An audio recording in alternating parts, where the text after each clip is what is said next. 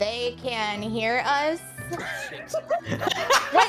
No, they couldn't hear whatever you just said. Oh, okay. What did you just say? No. Almost just spit tea all over What my. did you say? I chose a poor past tense to the word tweet. And trying to it went from acknowledgement to piercing insult. Oh my gosh. And I need you all to know that you were a split second away from that being the first thing you heard in the second. Just like a hair of a second. I literally said, okay, I'm about to fade us out and in. And that's what you choose to say? I didn't say it on purpose. I was literally saying tweeted in past tense, but I tried to make it funny, and it turned out badly. You know I do this. You know that's the thing I do. I know your brain. That's true. That's true. I know your brain. I know your brain. Oh God. Hi, friends. Hi. Hello. How's everybody doing? And I mean, y'all can answer too because y'all are the only ones that can verbally answer. But chat could also answer just a little bit more slowly. Oh, how are you I'm doing good. What? Except my dice are weird tonight. Oh, is your dice tray backwards? God. No. Leave me alone. It's not. Dice tray's fine, but dice are weird. I don't know what is different. I have a candle. I've never lit that candle before. It could be the candle. That's the problem. Yeah. The spirits coalescing in the wick. Anyway, hi, hello, welcome to the Secret Adventure Society. The meeting will come to order. Goon, why don't you go ahead and tell us about them good old buddy old pals at Be Never Ending, Never Ending, not Be Never Ending. That's their website. Well, yeah, it's their website and their Twitter account, and it throws me off every single time. But I would love to tell you to. I'm gonna keep it short and sweet because I feel like I keep over explaining. But essentially, the biggest takeaways that you need is to follow their Twitter account because new content at Be Never Ending is posted every single week. Just recently, and I was looking just to make sure I wasn't behind, they did some Dragon Ball Z related outfits, Goku's outfits, as well as it looks like some Bard stuff, which I'm always down for. And then new backgrounds. But the one thing I wanted to say was up here, a fierce orc chieftain, which is badass, and in all total almost 12,000 characters have been created using Be Never Ending software. That's really cool. Yeah, 11,500, and that's exciting. So go to beneverending.app and follow them at Be Never Ending. Never Ending is a great partner with us, and we love them, and just honestly a company that follow their Twitter account because what they tweet is cool, but what they retweet is even cooler. They did a lot of retweets. I see a lot on my feed just from the Be Never Ending Twitter account. They charity stuff, a lot of charity stuff that they did for Indigenous Day and all that kind of stuff very recently, at least as far as the Twitter account goes. I highly recommend them. Be Never Ending. They're good people.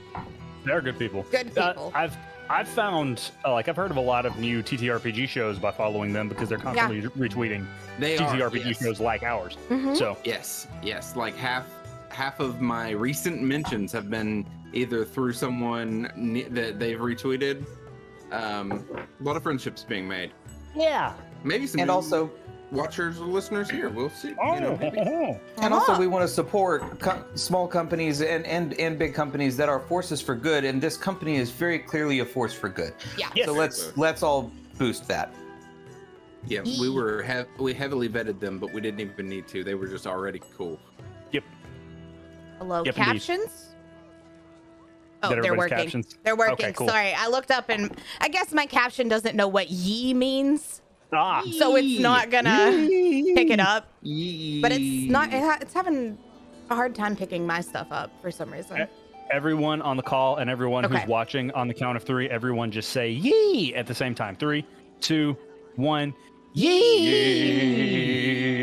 What happened? Well, earlier mine said Easy E, which I thought was interesting. My captions are not working. Easy E. Emma Stone movie. Oh. I had to hit the start button. Yeah, you got to hit the start button on those captions. Yeah, it's a thing. It's a whole thing. Zach, that's the dumbest thing you have ever said, and What I did he love say? it. I'm here for it. I'm not even gonna. I'll listen to it again. We're later. gonna move on. If you caught it, you caught it. If you didn't, you didn't, and it's just lost to time. So a couple of things before we get started. We have actually noticed a pretty interesting uptick in viewership over the past couple of months. So we wanted to thank all of our new and returning friendos for joining us. Don't forget that actually sharing the show with your friends is the absolute greatest thing that you can do to help us make the show more sustainable. You all probably realize we don't make any money off of the show, and we're not just super worried about that because that's not why we're here, but still sharing with your nerdy friends is the best way to ensure the future of SAS. So if you can, you can send them our full sessions on YouTube or the podcast feed or catch-up content playlist or Brontosaur's Tumblr recaps or any number of things. So Which are amazing. Super good. Wonderful. And many of you already do those things, which is one of many, many, many, many reasons why we love you all dearly. Let's see. Thanks to Aurelia Raff for our badass character art, and thanks to our mods. Don't forget to follow everyone here on Twitch and on Twitter. And Locke, if you want to put those links in chat so everybody can do They're that. in chat. They're right there. Yeah. I spammed them. Pretty short announcements tonight. Does anyone have anything else to add before we get started? Oh, my hand's up. I do. Oh, yes, Locke.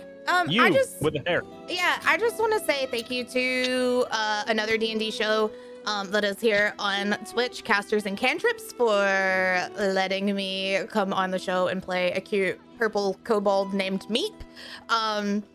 They have a incredible show. It's just so delightful, and oh, hi Moobs. And you guys should check them out. Casters and Cantrips. They're also a podcast. They're on Twitter. I can grab the Twitter link, and you can find all their information. I should have planned this and got there. I just want you guys to know that Locke, like only a couple months ago, was like, I don't like small races, but here she is, playing a kobold. They're different. They're really cute. Okay. Oh, I know. Q made me fall in love with them, and then I played a trickery cleric, and she had a meat cleaver, but it was a meep cleaver because her name was Meep. Cleaver. That's and wonderful. She was purple, and I love her. Anyways, check out their show too, and just spread D&D love to any D&D creators that you enjoy. Log, you're the cleric? Leave me alone. Let's go. Sometimes it alarms me, sometimes it alarms me that Locke doesn't play a cleric all the time. All the time. Like, if you were to lock yourself into a class forever, you would probably say cleric, right? I don't know. I don't know. I think I would say druid. Maybe druid now? After Kess, I feel like there's a lot you can do with druids. There's a lot you can play a cleric any way you want, but I feel like with druids you could do a lot of cool stuff too, and I really like That's that. true. I don't know. Okay, this isn't spilling the ale though. No, so... yeah, we should hang on. Which we could do. We should. We haven't had one in a while. We're having this conversation for the first time right now. But yeah, we should have a spilling the ale. What are you eating, Steve-O? I apologize if you guys are sitting here watching me fork some of this sweet and sour chicken. There are some nights where I go from work to this couch in a matter of minutes, and so this is me eating. I apologize. I'm sorry. It's sweet and sour chicken time. Got it. I thought it was. I don't know why, but I thought you were forking Cheetos. I thought it was a big old fry. I thought it was like one enormous fry. I thought it was a steak fry, yeah. And then I thought it was a chicken finger, so I got kind of close. To be fair, you're really tiny to me, so... Yeah. Anyways. Anyway, if we don't have anything else super important to add, like all these other things we're talking about, let's play D&D. Okay, hang on. I gotta fade. I gotta do the fade. Previous. Okay. Previously on the Secret Adventure Society. After arriving in Mardosta and learning that Zaris, Kess's ex-fiance, had blackmailed the Shadowmoor family and taken control of the house and business, you all, of course, went to blow off some steam in the Underfrost. There, Q had his ass whipped in a fighting pit by Goliath named Dickius Muscular. But before he went down, Q went basically catatonic for a minute, and everyone in the stands watched as the shadows coalesced around Q and began to grip tightly around Q's enemy, damaging him greatly, almost to the point of death. That night, as Pierce was awake, watching to make sure that Q was safe, he heard a scream. He and Kess ran downstairs where the sound seemed to have come from, and there you found Zaris' new fiancée, Sienna, trembling in the hallway. In the bedchamber she was standing outside of, you found the body of Zaris Kane. Panicked, Kess made Sienna give her diamond engagement ring, which she used to attempt to cast Revivify. The stone shattered as the spell was cast, but Zaris unfortunately did not return, assumedly because, well, I say unfortunately, assumedly because the allotted minute had passed for the spell to function properly. You all investigated the room and questioned some of the family members, the latter of which Kess came to regret upon learning what her parents had been doing prior to the murder. You all then swept the room looking for traces of magic, finding bits of protective abjuration magic, and a locked box which contained the deed to the Shadowmoor estate. And you were able to hide anything else that may incriminate or expose the family's business practices. In the investigation that you assumed was forthcoming. While waiting for the fallout, you partook in some truly top-notch coping mechanisms, including food and an elaborate pillow fort, which was eventually destroyed just by, I believe it was Pierce standing up. Is that correct? Yep. Yep. The next morning, you were all questioned in the greenhouse by a Tabaxi detective named Brienne Aviette, who made it clear, perhaps even distastefully, that she knew Zaris personally and there was no love lost between the two of them. You later found out that among other personal reasons, Brienne hated Zaris' family because they made their fortune generations ago selling Tabaxi furs. Yeah, I was going to say, upon that knowledge, I don't think she was the one being distasteful, but I'll just throwing that one out there. True. Now it's late morning, nearing noon. You're all standing outside the greenhouse following your questioning, and Brienne is still inside. After Q was questioned just moments ago, Mother spoke to him, saying, "Well done, Q. She doesn't suspect a thing." And with that, the day is yours. So the nobodies. What are you doing? Walk Pierce is out probably of the pacing. greenhouse. Yeah, because I've just walked out, right? Yeah, you have just walked out of the greenhouse. He was pacing in step with Pierce, but like a second behind. He wants to look nervous too. Is it like in Final Fantasy VIII, where like no matter what your character does, the other one behind it has to follow that same path? Yes. Like if a character's walking and does a twirl, the character following does that same. I'm gonna say this with the confidence of someone who has completely played a Final Fantasy game. Yes. That's exactly what it's like. Like if Pierce stops and puts his hand up to his chin, does Q do the same thing? And I just see this happening. Yes. Okay.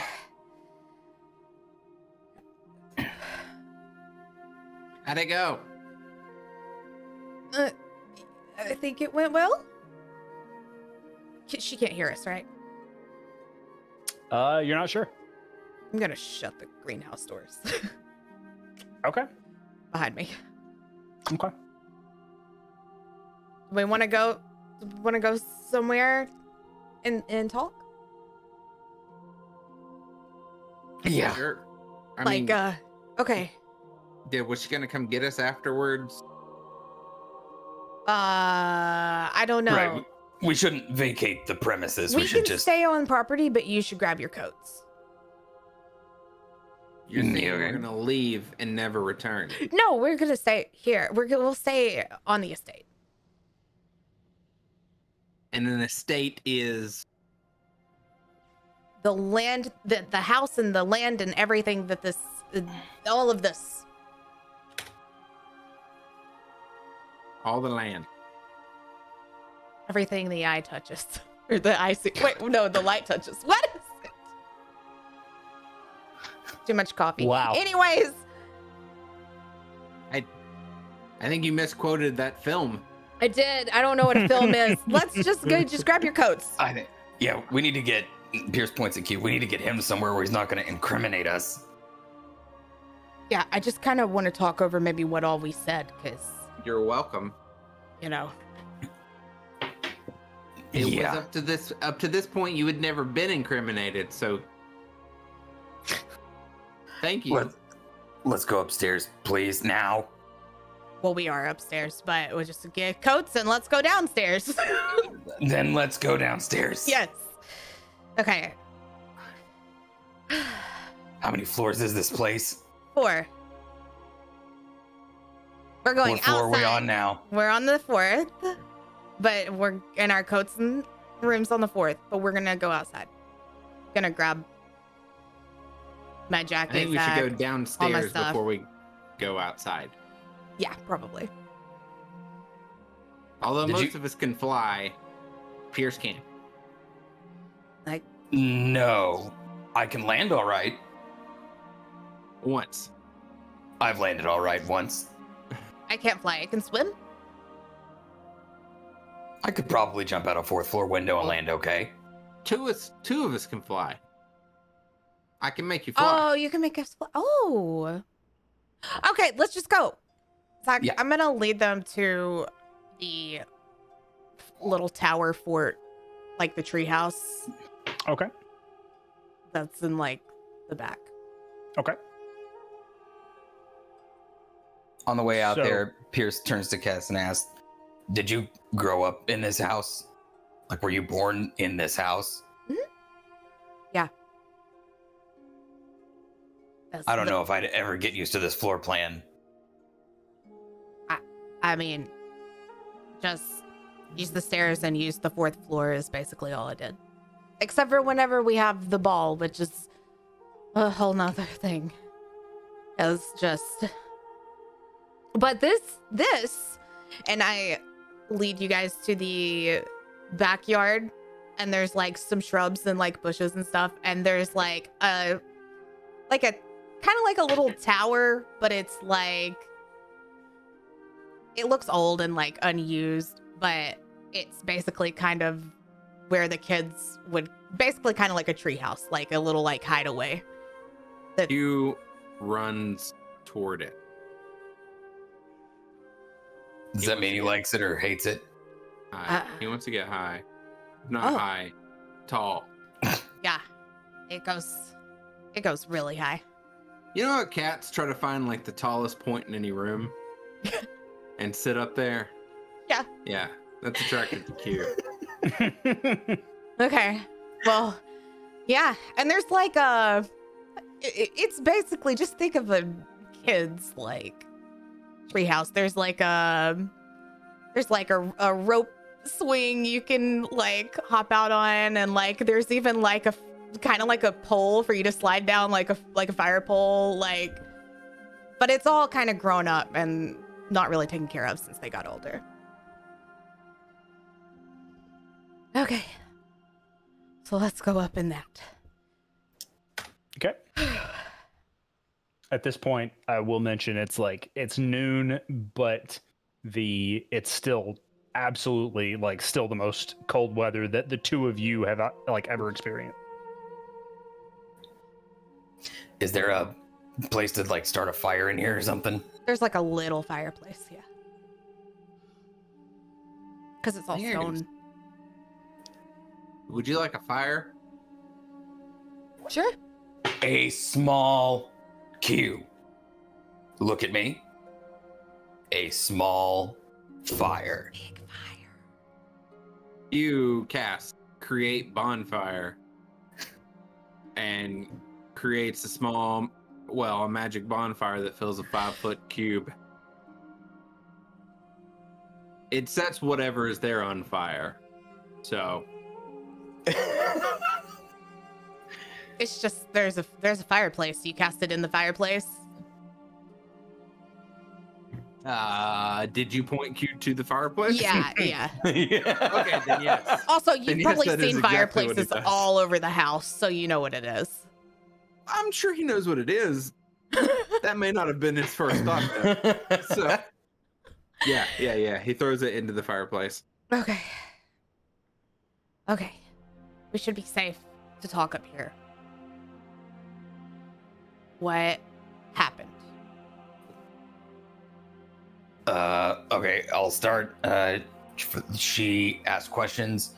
I was honest about everything that happened. I omitted Hold anything on. having. Yep. I'm gonna make sure no one followed us. While he's talking, I'm gonna start. Yeah.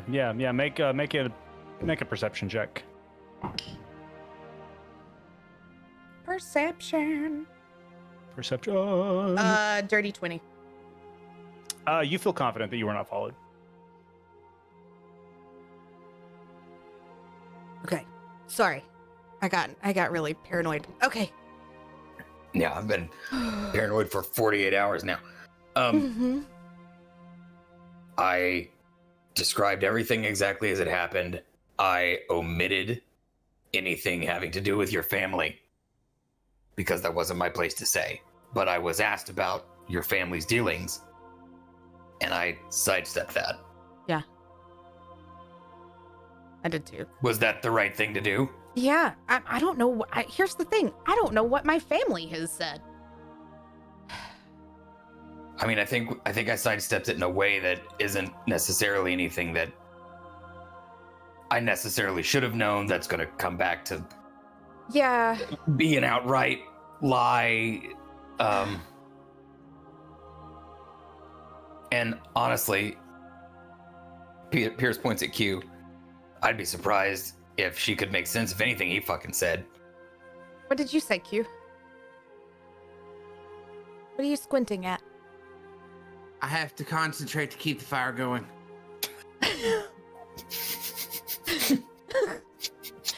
So has he just been sitting there just squinting at the fire the whole time? Cute. If you could maybe like throw a log on, Okay, it'll probably catch fire. So you don't need to go to the bathroom? What?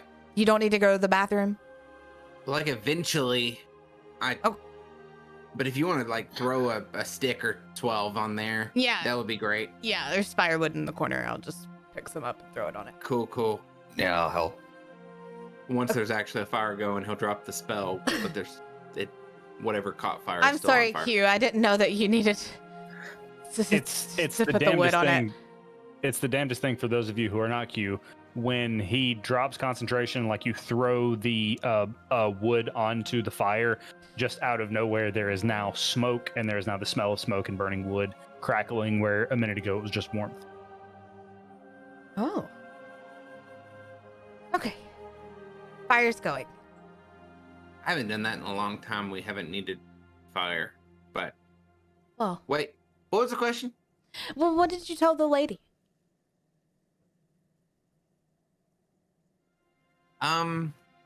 Well, I told her that I was asleep. You were? That I had my ass kicked. You did. That happened. Yeah.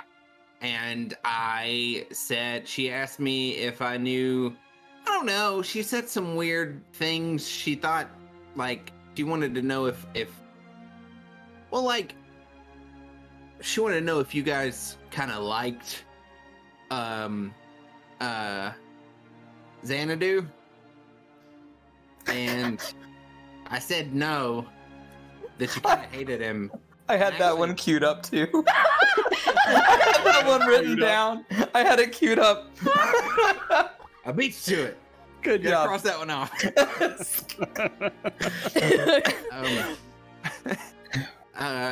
So, and she said, you know, like, do you think that Pierce would ever be violent? And I was like, well, I've seen him be violent many times before. Pierce slowly turns over and looks at Kess. He's seen you be violent many times before. Not wrong. I think you're the most violent person I've ever seen, and it's great. Other than maybe Mom, but she was usually killing animals and shit for us to eat. Violence out in the, in the world in this day and age, like, I'm sure that doesn't come off as terribly unusual, but Did you tell her I was the most violent man you'd ever met? To be fair, I've only met like 3 men. Oh, what the fuck, Q? Well, if you count To the be king, fair, he's only but you're met more- like 3 men. I met the king. Did you tell her you've only met like 3 men? She didn't ask. Oh, for fuck's sake, Q! I'm Well, fucked. look, I don't think No, she thought. Pierce, I think you're fine. You're fine. I think it's fine. Mother said she didn't suspect a thing, so I think we're okay.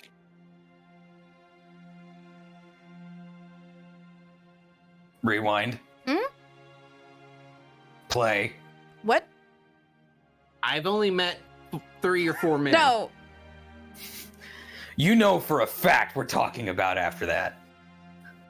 What did Mother say? Did Mother say anything to her? No, Mother didn't talk to her. I talked to her the whole time. Okay. What did she say to you? Well, she said that I did great because she didn't, she wouldn't suspect anything. Who Which didn't is good 'cause I suspect was anything? asleep the whole time.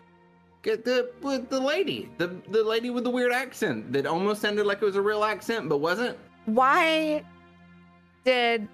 Well, that is an accent cue. People around here talk like that all the time. Oh, Yeah, that's very insensitive, Q. Wow. okay. I've never heard anybody talk, but I'm from a different place. Maybe it's just how cold people talk. She looked warm. Kes, I Yeah. don't see the problem. I think we have a problem. I just said Mother said there was no problem. That's the What problem. is your problem? Why does Mother think that there would be a problem in the first place? Because none of us did it.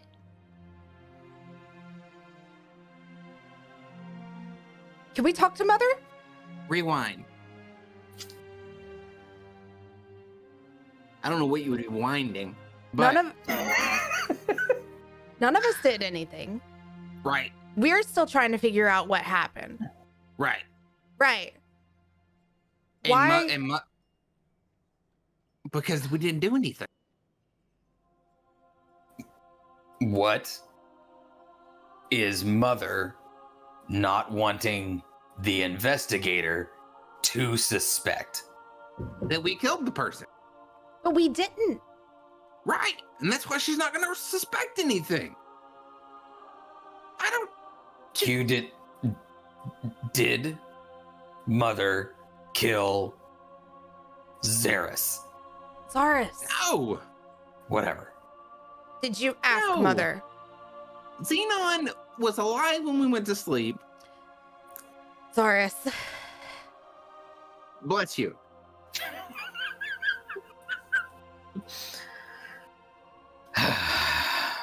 It's a hard bit to pull off with a straight face. can you Um, ask Mother if she killed Zaboomafoo? Well done. Now I know you're human. Well, now I know your heart's actually beating. okay. We're making that a thing now. Just as many names as we come up with for him because he's dead. It doesn't matter. Look, you didn't like him any more than we did, pretending to like him because of stature like or him. status or I'm not family. pretending to like him. I'm just sad because something was definitely up. He was acting weird. He wasn't like that growing up. And whenever I saw him laying there dead, it was kind of like, oh shoot, this is a kid that I used to literally like play with. And now he's dead. So I just got sad. Yeah, but like if somebody dies and they were a dick before, you don't have to like start saying like, oh, they were the greatest person we knew. Like No. they were still a dick. He wasn't good, but he used to not be like that. And I just Okay. feel like something changed him. What do you We're think getting would've off brought- topic. Oh, Can you shit. ask Okay, about God. Mother? Can you Okay. talk to Mother? Well, I don't want to make her mad. What's that voice? You just don't mention us. Sure. Just She can hear us already. ask if fuck. I'm pretty sure she's Mom? heard all of this. So after a moment, you sit in silence, and eventually you hear her. And also, Q, can I get you to make a perception check? Actually, let's call it insight because this is in your head. In your head. But you hear her say, "Yes, Q." Natural 20. Natural 20. Natural 20. Hey, thank you. You zombie reference. You notice that, or rather, you realize that her voice used to be a whisper, only a whisper, and you notice that it's seeming to be a little bit stronger now. Yes, Q. What is it? Well, actually, I thought I was getting stronger, but that was actually the quietest you've ever been. I apologize. What is it, Q? Does that sound like so everybody's whisper kind of sounds the same, but now that there's actually meat behind it, I don't know if there's literal meat, but anyway, there's steak meat behind it. Nice. Yeah. Does it sound like, is the accent similar? Does he hear mother? What does he hear? Is it recognizable with a natural 20 insight? It sounds precisely like it sounded, just a little bit stronger. Okay. All right. So he doesn't notice difference. Okay. Yeah. Just making sure, because she's been dead the whole time we've been playing. I don't know what her voice. It's fine. Yeah, it's the same same cadence and everything, just with a little bit of actual vocality to it rather than just breathiness. Sure. Yeah.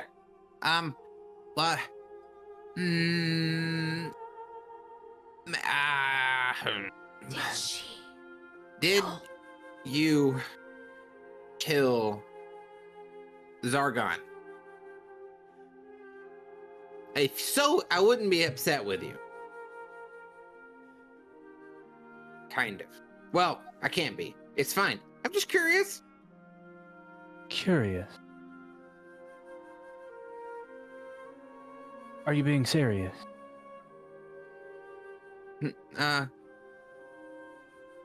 Yeah. I may be being sarcastic. I don't really understand that yet. But I think I'm being serious. Were you not there? Where? Was there? Interesting. You're just saying a lot of things interesting, and I What's she saying? Of course. Q, I'm growing stronger. Yes. As I'm growing stronger, I need to stretch my legs a bit, of course. You have legs? Well, so to speak.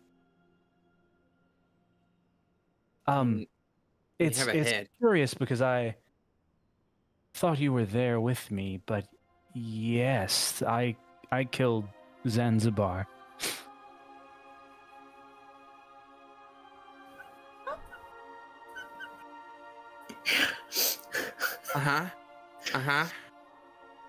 And what? And you're sure that you weren't there with me? I was asleep. I had my ass kicked. I assumed that you went to sleep when I went to sleep. I don't know why I assumed that. That's a weird assumption now that I think about it. But kind of thought you were just stuck in my head. How did you not, were you off my head? Pierce hears that and looks over at Cass. My eyes are just, if I had popcorn right now. If Locke had popcorn, or if Cass. Both, really. Yeah. Locke's not going to turn down popcorn. I've seen her. Sure. You're stammering, Q. What's the matter? I'm a stammerer. you said you needed to stretch your legs. My last guess, like you're literally a skull on my head, or at least that's what I thought. But like I think you shadows and you do things. I know you kill. Well, that's been the point of this whole adventure, isn't it?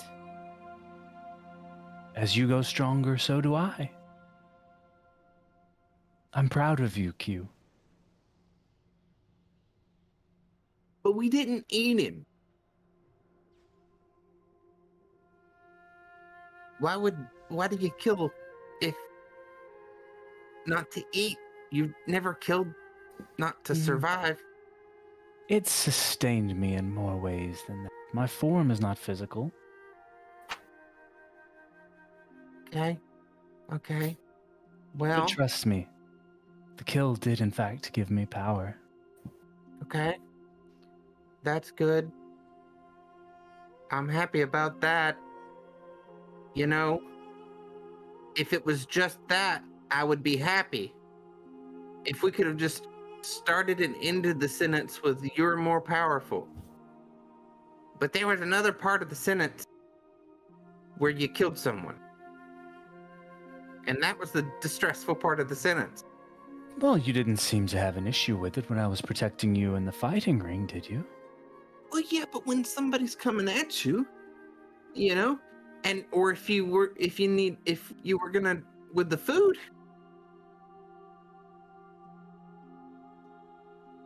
I'm starting to sense you're not grateful for me, Q. No, I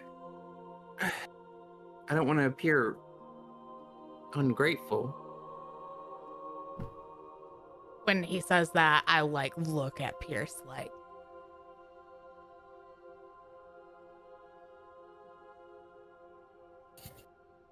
I'm sorry. Thank you. You're welcome. So Now. yeah. If you'll excuse me, I need to be getting some rest. Okay. Was there anything else you needed from me? Just happy you're getting better. Thank you. As am I. There's Q, as much as you can have goose flesh with scales, like there's just a brief flash of chill. Oh yeah, goose scales. Goose scales, yeah. He turns to the group. That sounded bad.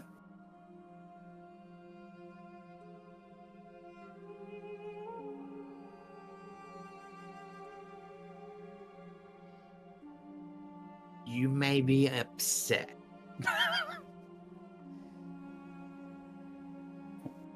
But let's just all sit in a little circle. Let's sit in a circle. Let's sit in a circle. Come on, Pierce. Sit. If you could just sit, if Pierce could just sit in far enough, like outside of arm's reach. Yeah. I'm not gonna get mad. Okay. I'm not gonna get mad. I promise. I'm not gonna get mad. Pinky. Pierce reaches over and he does the little pinky thing with Q. I don't know why, but I think Mom killed Xena Warrior Princess. Pierce takes off Iris and he aims it up in the air and he goes, "Oh, I'm so happy you were honest with me!" And he fires it up in the air. Cass doesn't even flinch, just like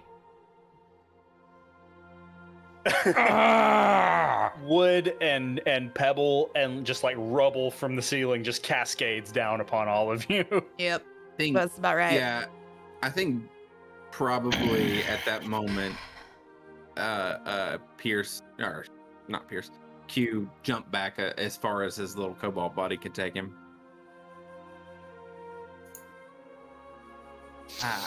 I'm sorry. I'm happy. Huh? Thank you for your honesty. And Pierce goes and sits by the fire. I don't know what could have possessed me to call you violent. Okay. Okay, so she killed him. So we know what happened. So now it's not, but that part of everything is solved. We know that. That's cool. Do we know why? I don't know why. And she's asleep now. Insight.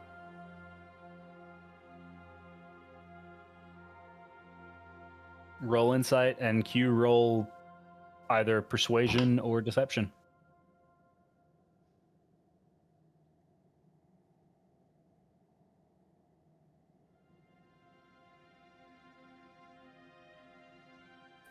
He's going physical. Real dice?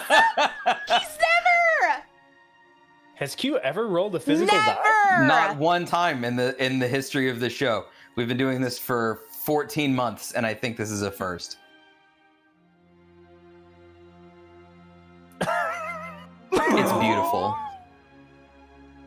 Oh my gosh. Okay, well, It's I because rolled. it's not his dice.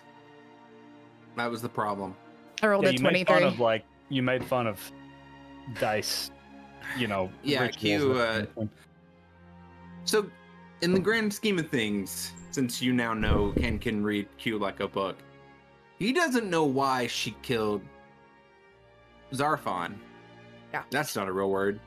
Not even a reference. It can be. It's fun. Okay, it is now. Yeah. Zach, make an NPC. Yeah, right. Zarfon. Marathon.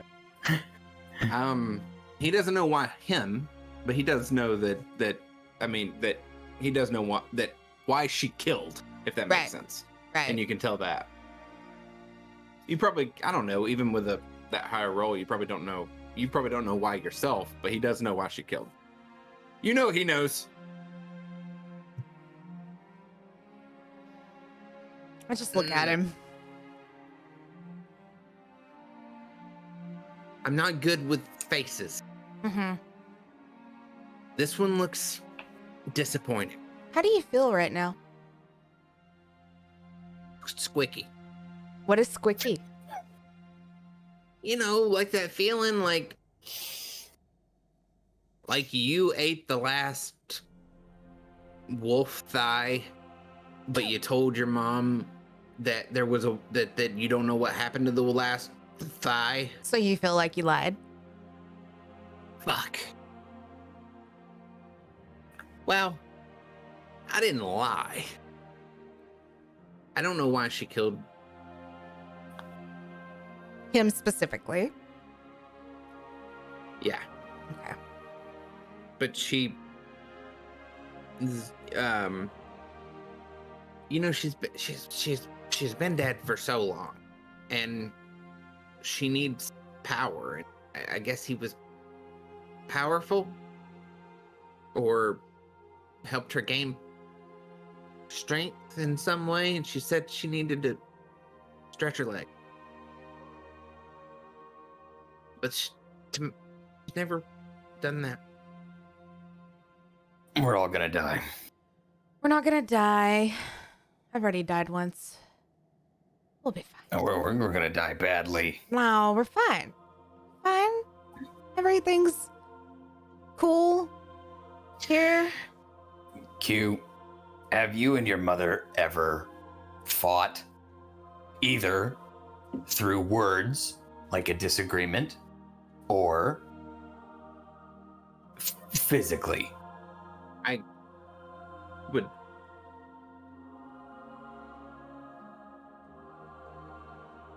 No. But what happens whenever you don't agree with her? How do you make her understand how you feel?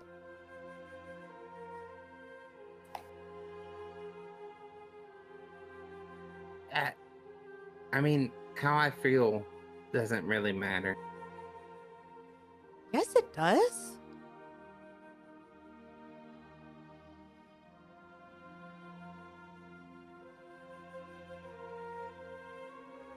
how you feel matters. Like, you should never say that. How you feel always matters. Q, if you can't talk about, I can't believe I'm saying this, if you can't talk about the way you feel, especially to her, you've essentially just grafted her life onto yours. You're not even your own person.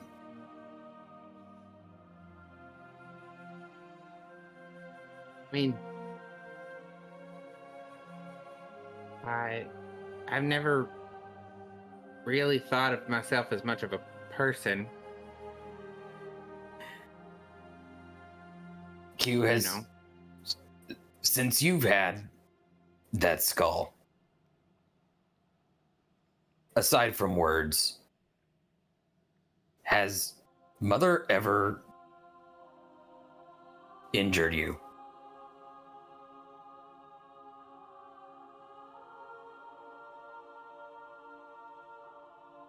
Since I've had the skull? Ever.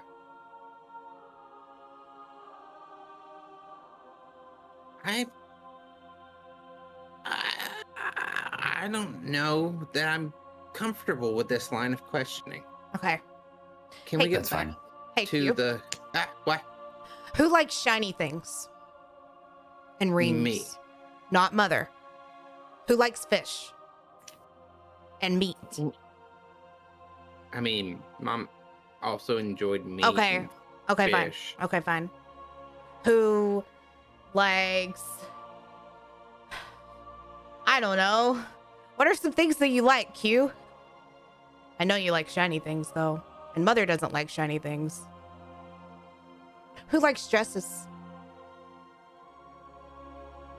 And pretty I things. Me? Yeah, Mother's not telling you to do all that. No, I mean, it was mostly out of, it was comfortable at first. Well, right. Dresses are pretty cozy. It didn't look Yeah, half they bad, are. though. Doesn't look half bad.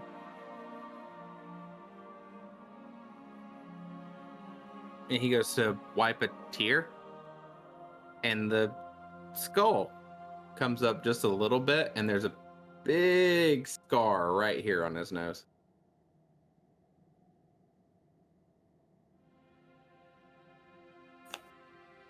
I'm just saying that you are your own person. You're freaking Cucifer Bone. And that's all you. That's not her.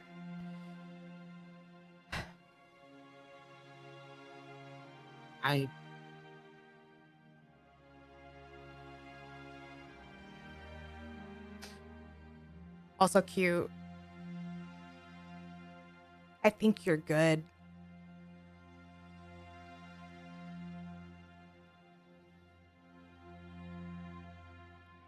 Think you're a good kobold.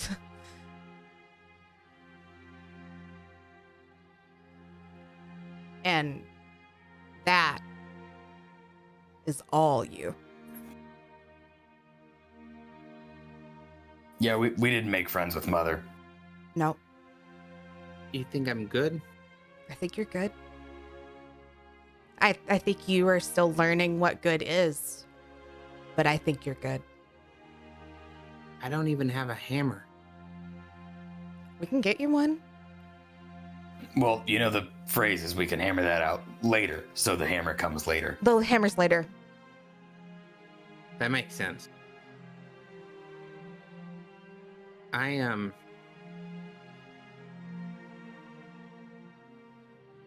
Thank you, but I'm not. It's really paining him to get the rest out, but I don't know that we can talk much longer. goes down and he kneels in front of Q and he sort of puts an arm around him like a hug and he pulls him in. And then he whispers into Q's ear, "You're better than I am."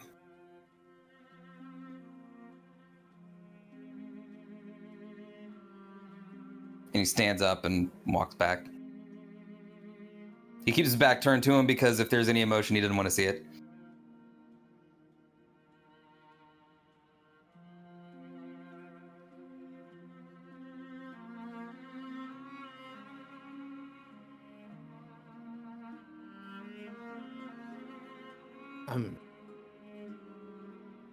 So what are we gonna do? Well, from a logistical perspective, honestly, I can't say this back at the house, but I don't feel terribly upset with her for what she did as really the how. Because now we're put in an awkward situation. Well, So, and it's just concerning, right? Like, we don't know who this is gonna happen to next. right. So for now, step one is to check in with... Nope. That would be suspicious as hell. We're not going to go check in with the investigator. I guess she'll let us know if she needs anything. We could just ask her who she does suspect. That would be good. Make sure it's not us. Just walk up. Technically, it wasn't us. Right. The thing It that somehow feels like it's my fault. it's not your fault. It's not your fault. It's not your fault. It's not your fault.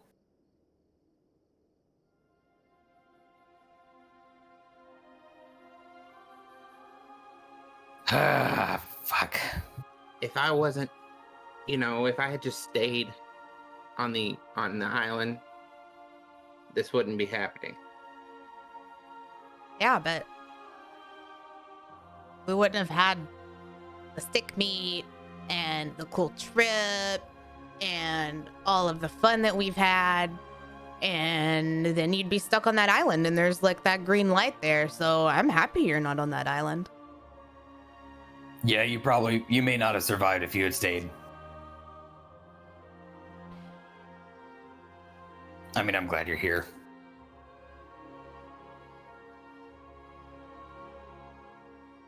I've never seen a jail cell blow up in a heaping ball of fire. Yeah, that was cool. I wouldn't have seen that.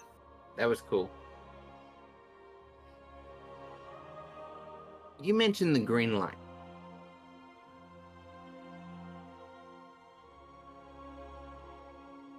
And we think everybody died. Well, no, because we Or talked to can't- Zeffy. Right. And Zeffy was not the one we just killed. No.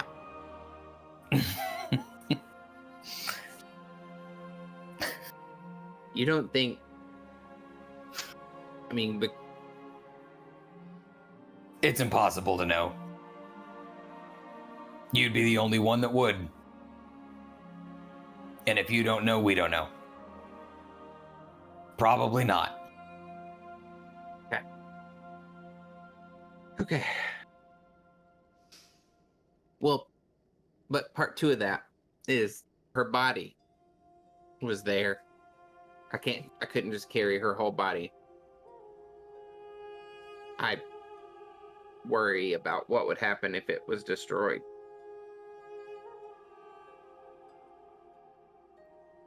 Would that not be... What do you mean you worry about what would happen if it was destroyed? You don't want it destroyed? No. She's gonna get more powerful and eventually maybe not be on my head anymore. Q, are you 100% sure that this is your mother? Yeah. Not the I mean, skull. The person you talk to. The thing that you talk to. But I talked to the skull. I can hear her in my head. Wow. She's right there, next to my ear. Did the skull leave your head whenever it went and killed Zamboni? I don't know. I was asleep. It Ears? didn't. It wasn't there. It was on your head.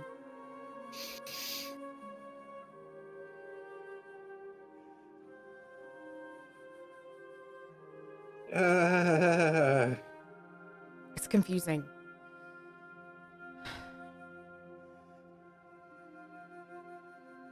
We need to figure out what we got to do. I don't want to risk her hearing. If you take it off, can she not hear you anymore? I don't know. I haven't taken it off. Do you want to and will be here with you? No. I'm not ready. Okay. Plus, she's here. She's with me. You know that we have your back, right? As in you, Q. Do you know what I mean? I don't.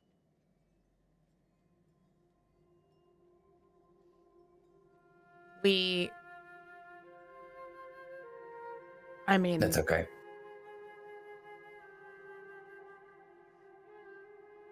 even if you didn't have the bow,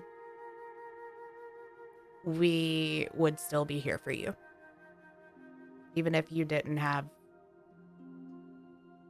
the skull, the powers, any of that.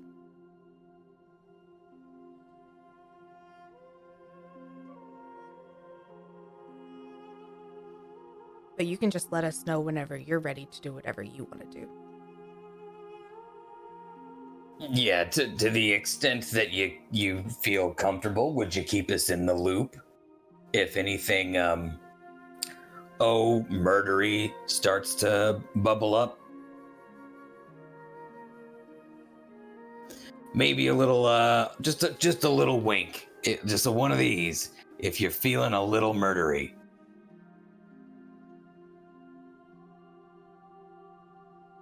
I can try. If maybe I don't know. Can I insight Q? Of course. Q, make the appropriate opposing roll. What specifically are you inciting? I'm just wanting to get a read on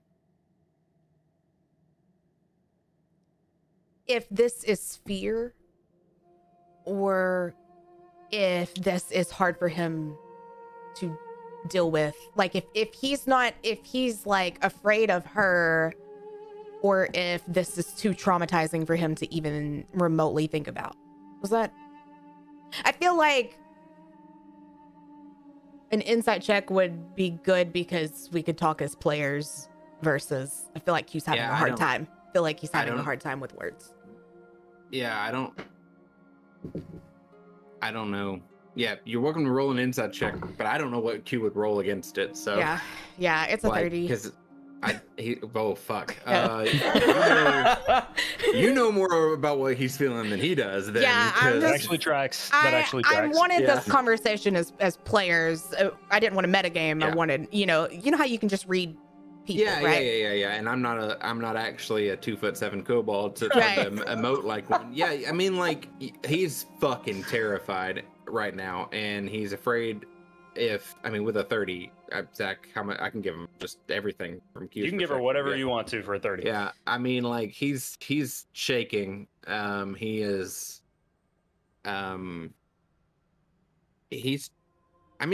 Mostly he's afraid that she's listening right now, so he's really parsing his words carefully.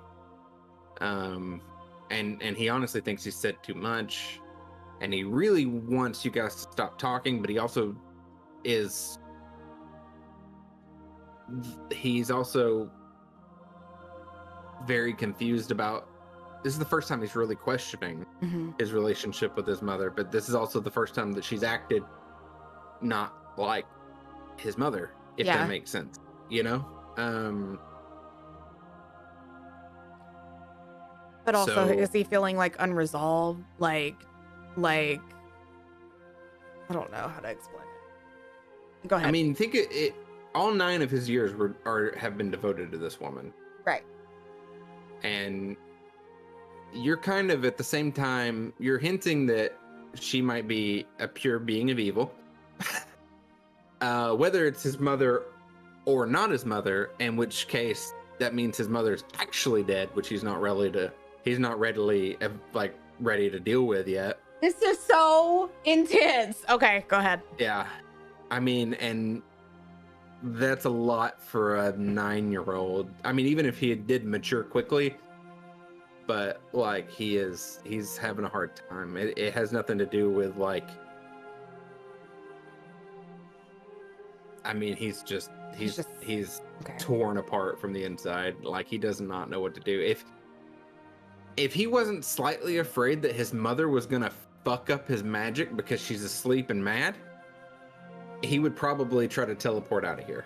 Like he's just that uncomfortable, but he's also terrified that she's gonna do something bad. So he is a cowering dog in a corner right now. Okay. So that's what you get with a 30 insight. Yeah.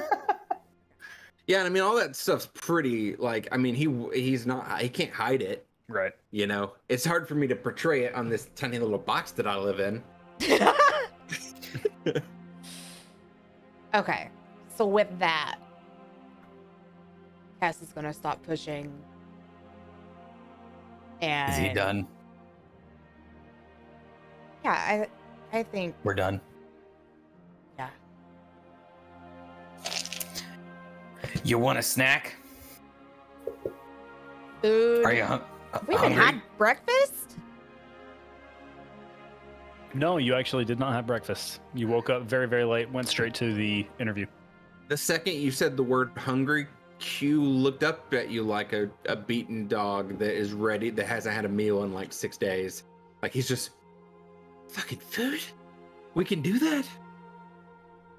Let's go find some meat. Yeah. Do you guys want to eat in there or you want to go out? What do they have? I haven't seen a lake. They don't have fish. What do they have? We have a lot of fish here. His voice is particularly hard for me tonight. I've not noticed a difference for what it's worth. Yeah. There's fish Okay, that's fine. everywhere. You have fish? Yeah, we live on a river.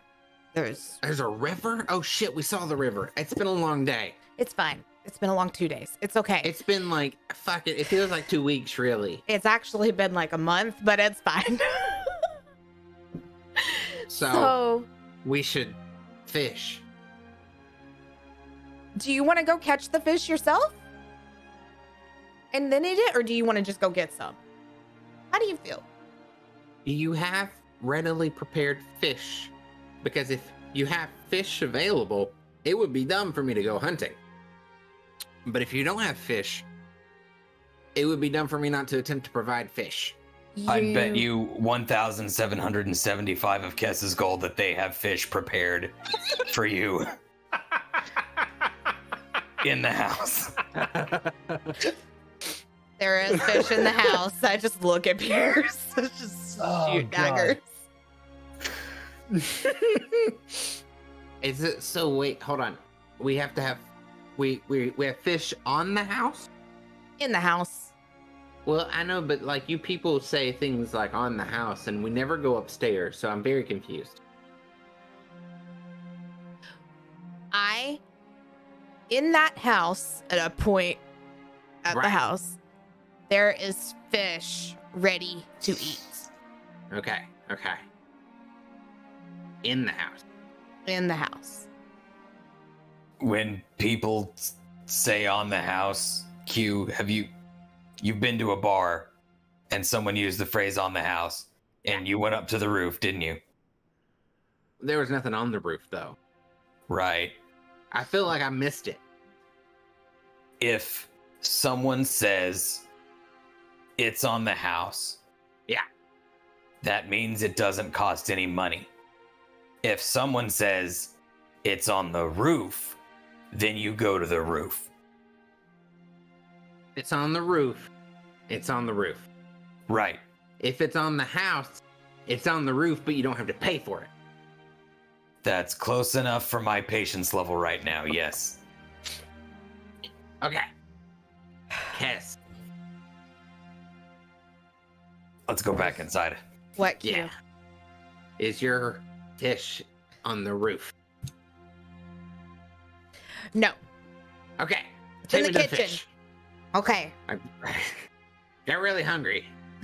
To the kitchen. To the downstairs kitchen. Just. Okay. So you guys leave the tower, walk across. Like the cold. It's starting to snow a little bit. Again in the mid-afternoon. You guys have been in the tower for probably a while. It's probably 2 or 3 hours. So it's probably about 2:30, 3 o'clock, something like that. And as you go into the house, in the foyer of the house, you see, and this is the primary grand entrance that you're all familiar with. As you enter, there is a man sitting at the foot of the stairs, just kind of like looking around. He is in a wheelchair, an elven man, with like shortly cropped, almost black hair, and a beard and mustache. Cass, you recognize this person as Vendrith? Oh. Not who I thought it was. Okay, never mind. I don't hide behind Pierce. Pierce turns to Cass, though, and goes, "Who the fuck is that?" It's the Baron. He's good. He's Oh. good. He's good. He has fish. No. The fish is over there. Vendrith? You see him turn around. Cassandra, how are you? Good. How are He- you? Comes up to you. It's been so long since I've seen you. How have your adventures been? Great. Actually, well, interesting. Great. As all adventures are, aren't they? Yeah. Interesting. I'll go with that. Is someone helping you? Like, have you? I was just Do you need waiting my on parents? someone to announce my arrival to your mother. And then I was Oh, going to go upstairs when I was permitted to. Really, I know it's a formality, but still, I feel as if I should be polite. oh, well, what? Well, let's go. Yeah. Okay. Walk him upstairs, or walk him Q- to the lift. Well, actually, you since the last time you've seen him, and then Q and Pierce is the first time you ever see this. You see him tap on a stone on the side of his wheelchair, and it glows with this purple rune lights up on the side, and the wheelchair begins to elevate a little bit and climbs the stairs in that way, and you guys just climb up the side. Oh, that's nice. Cool. Do you like it? Yeah. Yeah, I had it enchanted a while back. Yeah. That's really smart. Yeah, it's lovely. Pierce steps in. Oh. Hi. Oh. My name is Pierce, and he holds out cool. his hand straight out. How rude of me. Vendrith, nice to meet you. Nice to meet you. And who is this, Cass? He was turned a full 180 degrees in the other direction, trying to see if he could smell the fish. This Q. Ah. This is Q. Q. Hi, Super. Vendrith. Cucifer, nice to meet you. He kind of takes his head and looks to see if there's a fish in his hands. There is not. Oh. It's- I don't have fish. They told me it was here though. It's lunchtime. I just mouth behind him. Boy, some fish sure does sound lovely, doesn't it? Yes. I've not had breakfast. But you're going up, so it is on the roof. Fucking It's- shit. No. They keep. We can eat it wherever. Oh, We're going to God. the roof. I just made it more confusing for him. Ugh. Why are we going to the roof, Cass? We're not going to the roof. We're gonna Where go the to the fish- kitchen where the fish is. Oh, of course. If it's all the same, I'm not going to go to the kitchen just yet. I need to speak with your mother. because, Yeah. As you understand, there are likely some complicated issues she and I need to discuss. Yeah. How I don't know where that came from. How?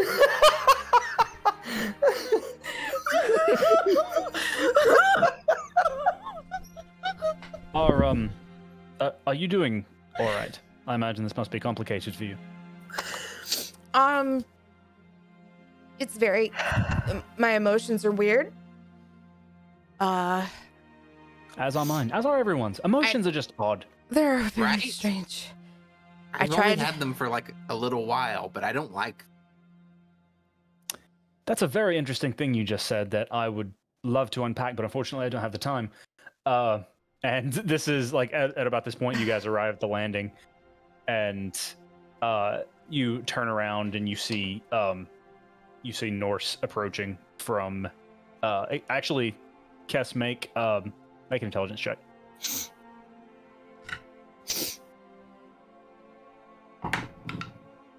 Ooh, that's not good. 9. 9. Okay. Yeah, you notice that your mother is on the second floor again, but you don't really notice exactly where she came from. Oh. But yes, she rounds the corner and is like, Baron, lovely to see you again. Shall we talk? And actually, I just did his voice for her. This is very confusing. It's fine. I gave you a huge family, so. Yeah. Thanks. Appreciate that. And then Vendor says, yes, of course. Can you have someone bring some tea? Maybe some sandwiches? For some reason, I'm starving now. I can do it. This is what you hear as they walk away. I'll just, we could tell them we're going to the kitchen for fish. Or they could figure it out on their own. They're walking away. They are walking away, but they heard you, and Vendrith just said, splendid. Fish. I kind of want to know what they're talking about. You can attend their meeting. I can go feed the boy and bring back tea. I can handle a simple errand without fucking it up, I swear. Okay, do you know where the kitchen is? I have a general idea of where it's not, and it's not here. This is true. Up 2 floors. Walk Up through 2. the door. Through door. Walk through the living room. Oh, shit. Yeah. Okay. Take a left. The Okay. first door on the left. I think. We need the Can I- map. Yes, let's go. Is there a role for memory? That's The intelligence, that'd be great. We'll have a roll for that here in a bit. Okay. Yeah, right not. Okay. Okay. You go be a Shadowmoor, and we're gonna go be a waiter. Okay. I catch up with my mom and Vendrith. Okay. So as Kess scurries off after Vendrith and Norse, Q and Pierce, I guess, start to ascend the stairs to the 4th floor, to the kitchen. That is where we're going to take our break. Break! Okay, let me grab our music. Q, you have inspiration for that excellent role play. Oh, Pierce and Kess, the only reason you're not getting inspiration is because you already have it. we have it from like you guys got episode inspiration 15. like 6 months ago and you're not used it. He keeps Well, telling me I'll that. mark that. We have inspiration, yeah. Okay. Let me. Inspiration. So and that means that I can re-roll one time? Mm-hmm. You just have advantage whenever you choose to use it. Yeah. Just once. Dupe. Is that, So was yeah, we're that gonna take a dope quick or break. dupe? Dope. It was weird dope. Duo. Okay. So yeah, Let me put up the we'll break. be back in 5 minutes, 10 minutes. I can't remember. Yeah, like 5 minutes. We'll be back. Yeah, we'll be back in 5 minutes.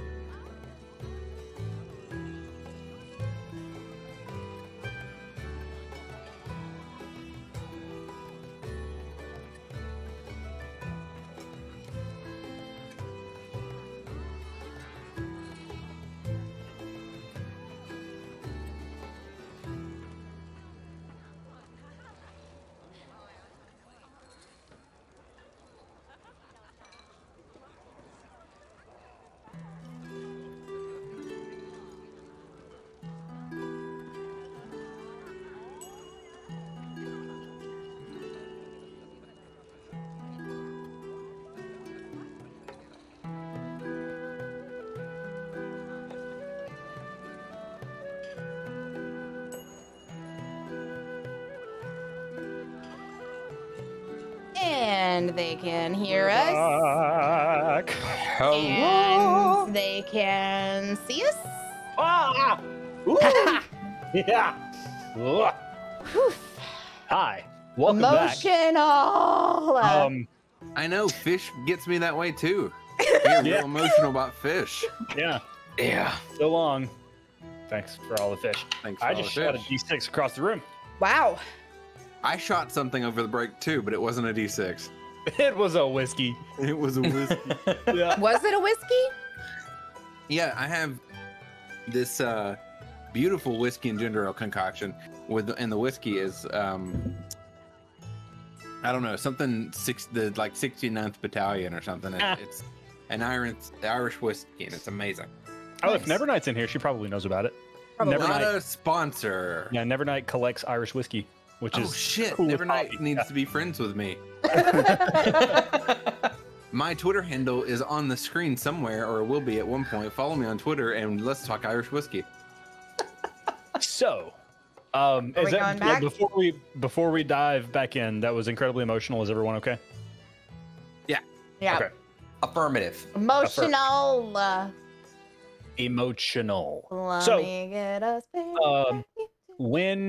when we left off, you guys had just returned from, as we had mentioned, an emotional conversation in the tower out back from the mansion, from the Shadowmoor Manor. Kess was going after Vendrith, the Baron, who had come to speak with her mother, Norse. Kess was going to chase after them and hopefully join in their meeting. And Pierce and Q were going to the kitchen to get some food. Equally important tasks. Equally difficult, equally. Yes. Yep. So, Kess, we're going to start with you. What are you? So you are running after your mom and Vendrith? Yeah, I'm gonna do that thing where I run to them and just start walking in pace with them. Just Okay. acting like I'm part of it. Okay. As you get up to them, like you run and catch up pretty efficiently. You are rather speedy. You are moving in time with them, and your mother looks over. Oh, Kess, did you need something? I was gonna hang out and listen. Oh, you needn't bother yourself with this conversation, Kess. It's I mean, is it not upsetting to you to hear?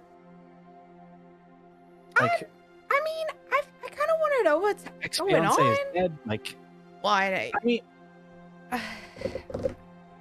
you shouldn't burden yourself with this conversation. Just go have some. I believe you were talking about food.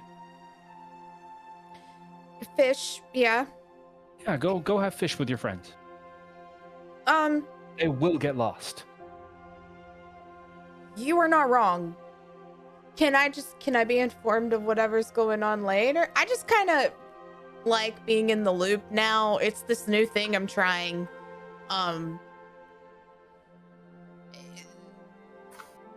Frankly, Kess, Hmm? I plan to disclose everything to Vendrith here. There are things that he has been unfortunately out of the loop on. I plan to tell him so that way he can make adjustments accordingly. Oh. And that is the gist of what the conversation is going to be. The more people are there, the more complicated it will be to explain should we be found out. Okay. Do you understand? Run along. Okay. Thank you. Yeah, hope your leg's better. Okay.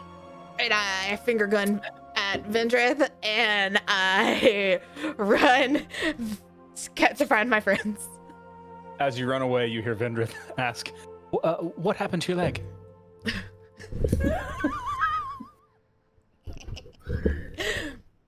And that's all you hear before you run back. And do you run back to try to find Pierce and Q? Okay. Yeah. So probably like 5 or 10 minutes elapse as this is going on. So Pierce and Q, what are you doing in that amount of time? Pierce, no, I'm Q. Q. You said you tell what Pierce is doing, also accusing. It's like fun new Who's line version of Sass. Wait, hold on. Can I get behind you and start moving my arms? Okay. No, Q has been saying up 2 floors and through the door, past the living room. They're giving fish on the left. Hope there's some left. Over and over and over and over. Pierce, make a survival check with advantage. Okay. Yeah, advantage. I wrote a rhyme for advantage.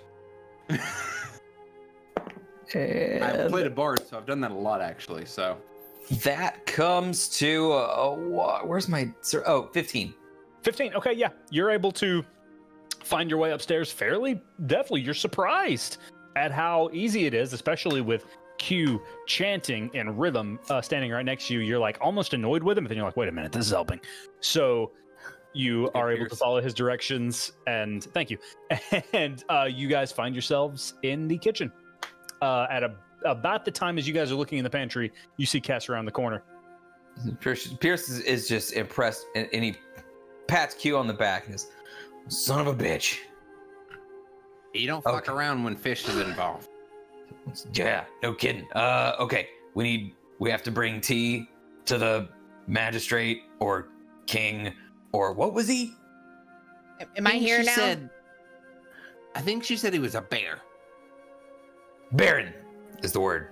Thank you. Okay, we need the fanciest glasses for the Baron.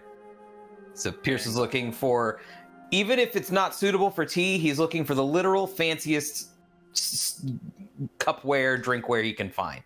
Okay. Yeah, you find a crystal chalice without looking too hard. Like you find a crystal chalice that like when you touch it, it is so light that when you like go to pick it up, you like it lifts so quickly that you almost scrape the top of, like you almost bash it against the top of the shelf. But like you pick it up, you're like, oh.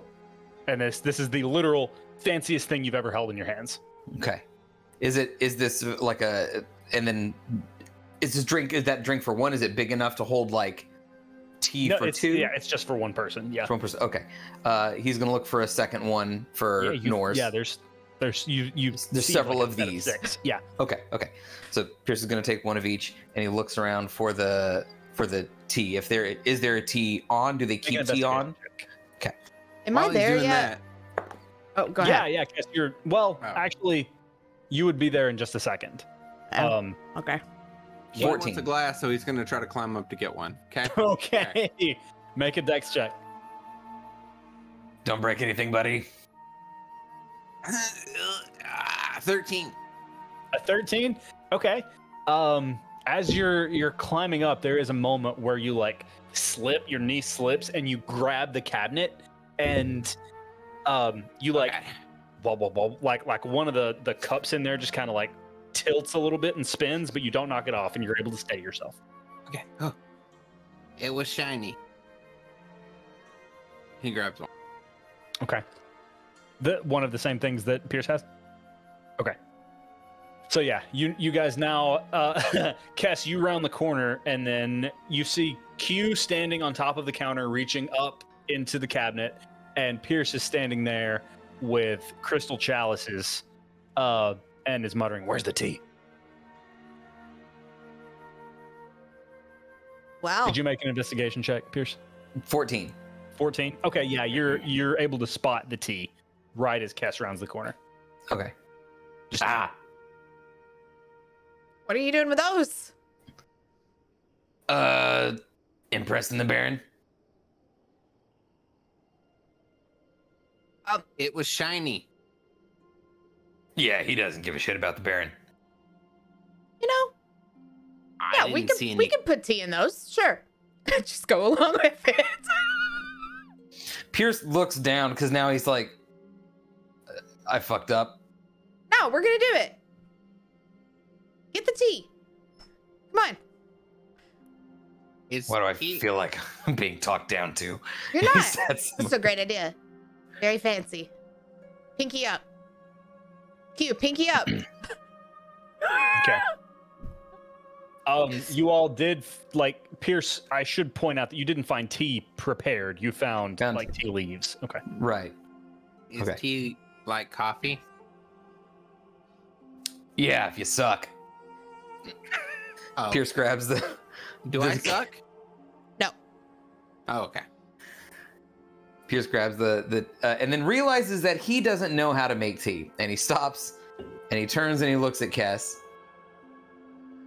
and he reaches out the tea leaves towards her. Mm-hmm. Okay, well, so turn the water on. I'm not gonna do it. I'm not gonna do it for him. I'm gonna teach him how. Okay. Pierce goes and he turns the sink on.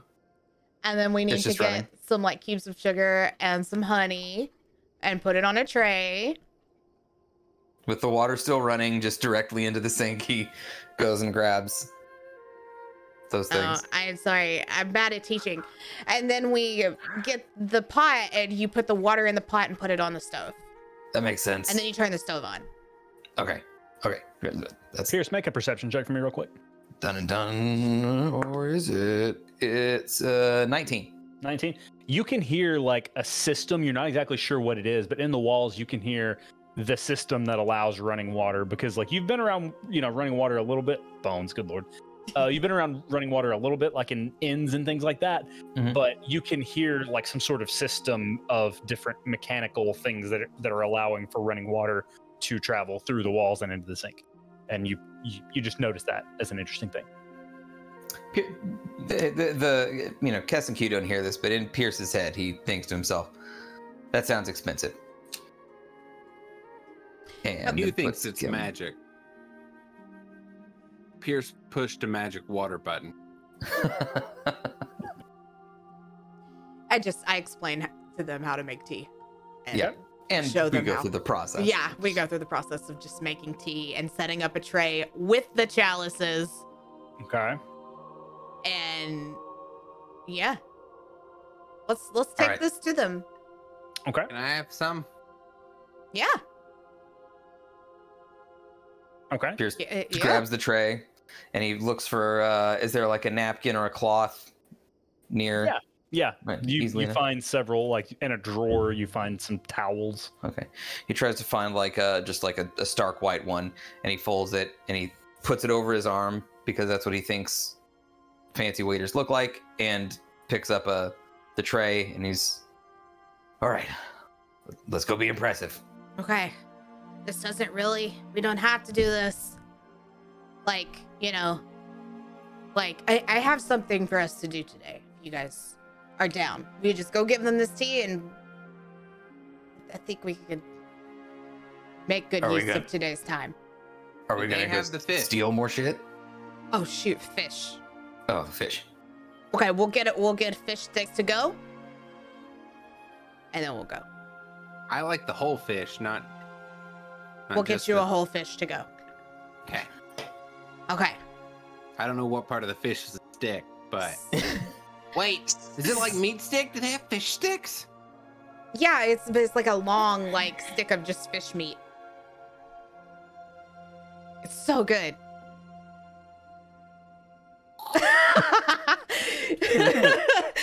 Okay, I'm gonna open the door to the whatever room they're meeting in. I'm guessing it's my mom's library. Actually, no. Okay. It's on the second floor. You actually have to travel a little bit Oh, okay. and kind of listen for voices. Mhm. So actually make a perception. Call it investigation for me, please. As you're trying to find them. 15. 15. Okay, yeah. So after not very long, you're able to hear very soft voices through one of the doors, and you knock the door, and you hear Nor say, "Oh, come in." I'm gonna open the door and let Pierce carry it in and sit it down, and I'm gonna give him my mom a look Pierce comes in and he sets it down, and he takes the tea kettle and a chalice and he pours it in, and he's not making eye contact with anybody, and then he sets the chalices in front of them. He goes, Your tea, sir and madam. Vendrith grabs the chalice, pinky out, and holds it up. He smells it, like he kind of cocks his head at it a little bit, and he says, well, it smells delicious. And about that time, after you've poured this boiling hot water into a crystal chalice, the chalice explodes with hot water flying everywhere. That makes Pierce yells, "Oh, fuck!" I thought that only happened if it was cold and then got hot, or if it was hot and then got cold. It is crystal. And it is boiling water. Fuck. Yep. We'll send somebody to come help with that. Well, it does smell delicious still. Could I perhaps have just a regular teacup, though? He says, like, still smiling politely and brushing the crystal shards off of his lap. Pierce takes the towel and he sort of hands it to the Baron. Thank you He very much. Really, turns around. It's no trouble. Don't fret not.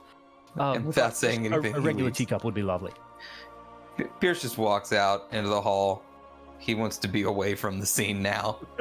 He doesn't go too far. He hasn't left the party, but he left. He's out there. Yeah, Cass is shocked. She didn't know that was gonna happen, so she's also just kind of like, "I'll get somebody for that," and I just go grab some house staff and tell them that they need teacups and stuff in there. Yeah, without issue, without any without any problem, the some of the house staff go and remedy the situation. I didn't know that Side was gonna note, happen.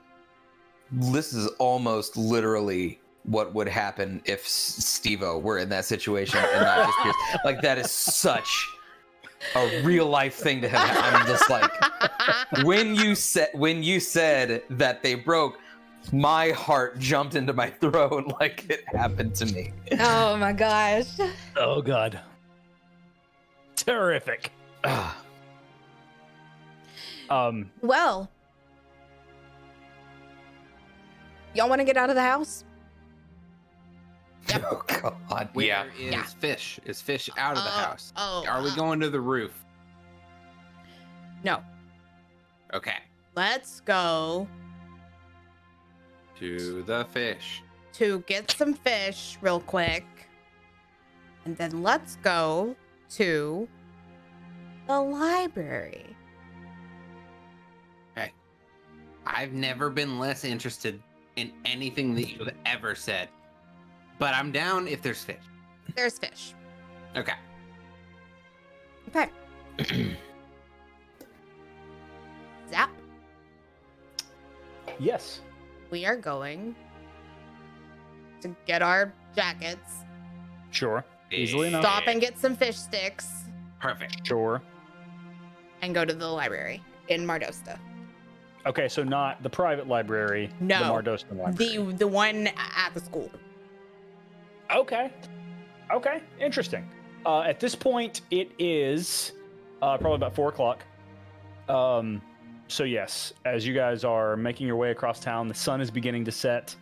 It's a little bit chillier even. The snowfall is coming a little bit harder. So when I say sun is beginning to set, excuse me, it's just like the clouds are shifting from like an ashy gray to a navy blue at this point in the afternoon. I want you to know that Q grabbed whatever he could that was bag-like and shoved as many fish sticks as was possible and is eating it like fries from McDonald's. Oh, that's so Okay. good. That sounds so good. So He's just fucking, he's got a bag right here and he's just fucking chomping. Are they still frozen? Or like, are they? They could be. I guess. I mean, they don't have processed fish sticks Right. in this giant mansion. Oh. No, I imagined Like- we would stop at like a little like stand or restaurant or something. Like, I mean, there's Oh, so probably- you were okay. I thought you were getting fish sticks from the house. I don't That's what I know thought. if Yeah, there if you're is stopping- any here, so I was just gonna stop somewhere if there Sure. wasn't. Okay. Yeah. Did Yeah. you not And make- grocery shop when and you make- made this mansion? I was gonna make Right. Pierce pay for it. That's fine. Yeah, if we're getting, some cooked fish or fried fish strips for Q, Sure. Pierce is mortified. He's not saying a word. He is, but in a different way than Pierce usually doesn't talk. This is a stick got shoved up his own ass, walking stiffly, not saying anything. So if Kess says Pierce pay for this, he's just gonna pay for whatever. Okay. So yeah, for like several buckets of like fish sticks, probably running about 5 silver.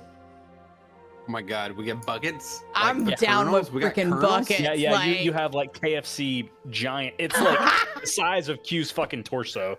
We went to like what's non-copywritten Long John Silver's. We went to Short Robert Gold's. Short Robert Gold's. Wow.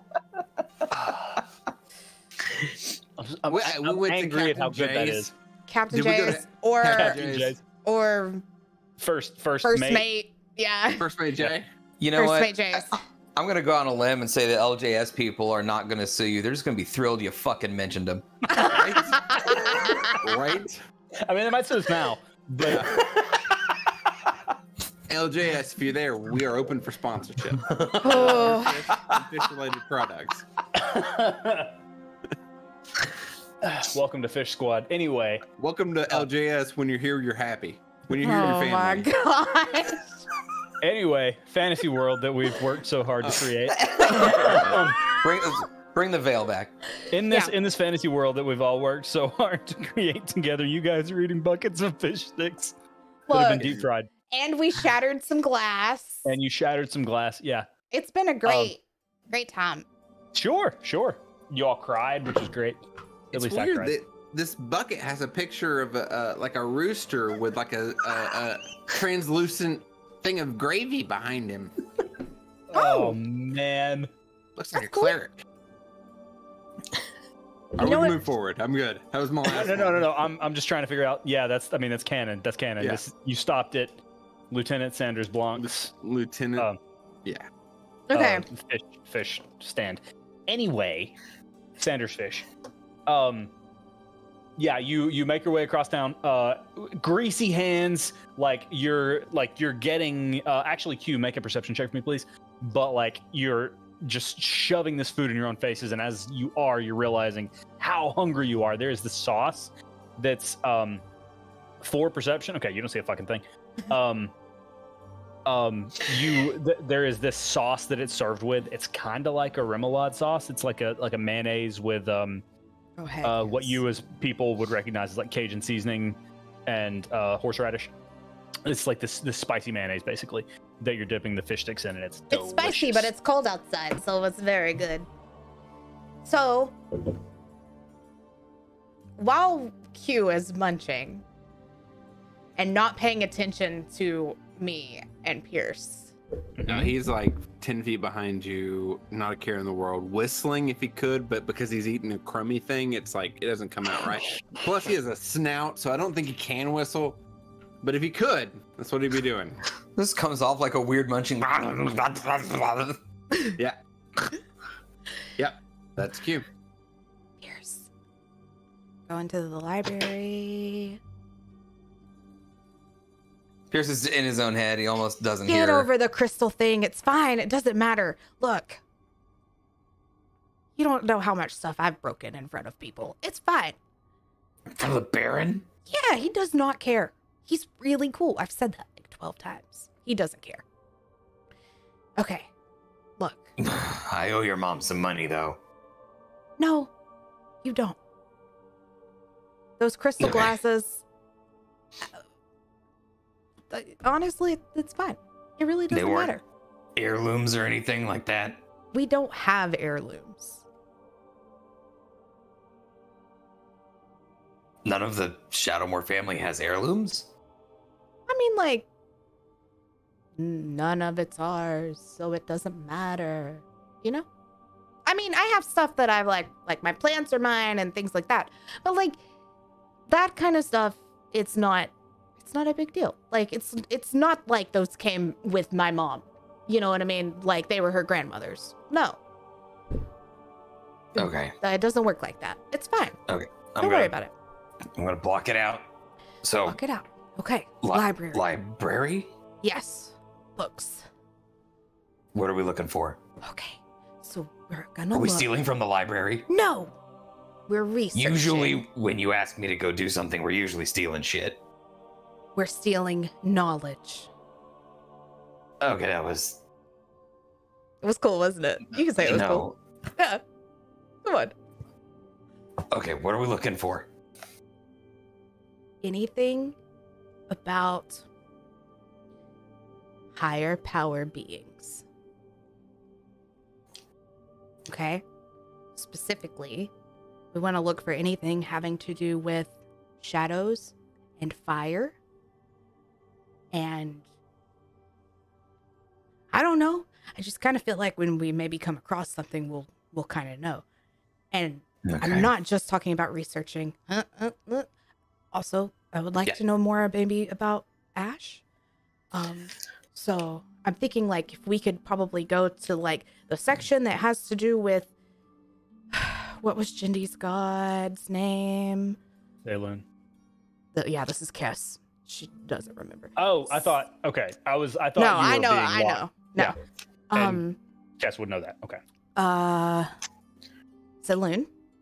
Yeah. Oh, right. Like if we go temple. to like that section, maybe we'll find some stuff on like some other gods or beings or not gods. Whatever. Or like something. Because so if you think about it, because we would know what the ocean is called, right, Zach? The sea that we traveled, we would know what that's called, correct? Yes, absolutely. Okay. So Pierce, remember when we traveled across the water? Yeah. And you know what the water's called? Well, Yeah. that part of the water. The fallen god sea? It's just a name. I mean, You know, some of the places we've been have been quite literally named. I don't know why I thought this one might be figurative. I just kind of am curious about some things that I've never really even cared to think about before. So, books. How long? I may have asked you this before. Refresh my memory. How long have you known Ash? Since I left home. 10 months now? Pierce looks back at Q. Pierce thinks back to when they went to the temple with Jindy. He thinks about Augustus and the student that he left with. He thinks about Dorf's affliction. And he turns and he goes, why am I the only person that hasn't come into contact with some crazy, wacky shit? Everyone that I've met since washing up in Evercrest. Have you really cared about it until now? I mean, I haven't cared about it, but I always kind of believed that maybe there was something else there. Not necessarily like, oh, I'm gonna go like become a cleric or to this god or anything, but I don't know. Mine kind of showed up. I don't know what he is, so I don't know why I'm even talking like he's a god. I'm just saying. Ash showed up whenever I needed him. Maybe you haven't needed anything yet. Or he showed up whenever you needed us. I mean, we're your beings of higher power. Maybe. That's fun. Okay, let's go. I don't know. Read? Yeah. We're gonna go read. Okay, but if you decide you want to steal anything, Oh, yeah. let me know. I'll give you the crazy yes. You'll Okay. know. Pierce goes ahead and like, even though they're going to the library, he gives Iris a once over, like makes sure that the action's working, that she's loaded, that it's just doing a, just in case, never know. Sure. Pierce, how you doing on ammo? Pierce has 7 shots left for Iris. Okay. You notice that. You start to realize, oh, snap. I'm running low on some ammunition. Okay. Point of order. If when we're done reading, I should probably either shop for ammo or supplies to make ammo. I didn't realize that I was this low. Anyway, I don't want to get caught in a situation where I'm going to get, shot in the gut again. Yeah. Okay. We can do that after. The market stays open all night, so it's fine. Q, you good? How's the fish? Fish sticks are great, right? Mm-hmm. Oh, when we go in the library, make sure your hands are clean before you touch the books. Pure grease. Dripping down to his elbows. You see that? That's probably not a good thing in the library. Hey? But I wonder if they have a children's section. Yes, can I get a perception check, please? Perception. Yeah. Oh, that's a real good 30. 30. Good God. You Why know, do I we're waste my time? acting. We don't actually have to. And I licked my hand, and I should have not. You just got you got in too deep. You do that with Q. Oh my gosh. Cass, with a 30 perception, you notice that Q's getting some looks. And after a moment, you start to realize that, maybe there were people in the Underfrost who saw that fight. So they're like starting to recognize this kobold who they'd never seen before, who almost took down the reigning champion of the Crystal Arena. Okay, that's fine. Yeah. But that is something that you absolutely, you notice that every once in a while somebody is like, and then they just move on. They don't ever accost you or stop you or anything. Cool. What? Huh? Huh? That's good fish. I have a food baby. Is there a plus spot to nap in the library? What's a library? It's if a I'm gonna place be to nap. completely honest with you, what? It's a place to. You took me to a nap place? Yeah. This is basically a house of napping. Okay. I mean, you can nap here. There are relaxing, quiet spots to nap.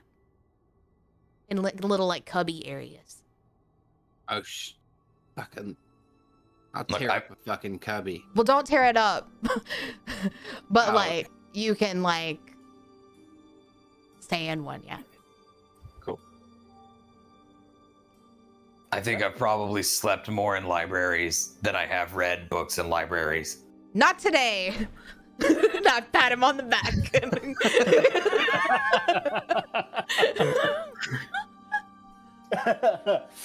All right.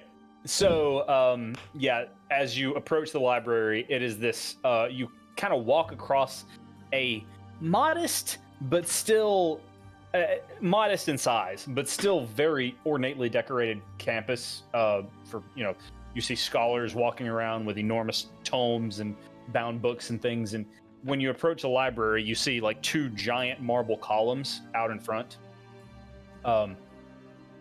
And it's one of the larger buildings that you've seen since you arrived here in Mardosta, perhaps even larger than the Shadowmoor Manor. So this would be the shadow most. Right. Man. Okay. So, as you enter the library, Cass, do you have any, would you like to describe this library, or do you have anything? You don't have to, but I didn't know, you said Mardosta is kind of like your thing, so I didn't know if you had created the library as well. No, big ornate marble. You got all that. Sure. There is a kids section. There are cubbies in there. There's little 5 areas in front of windows so you can just sit and read your books and that kind of thing. It is absolutely enormous. There are 5 floors.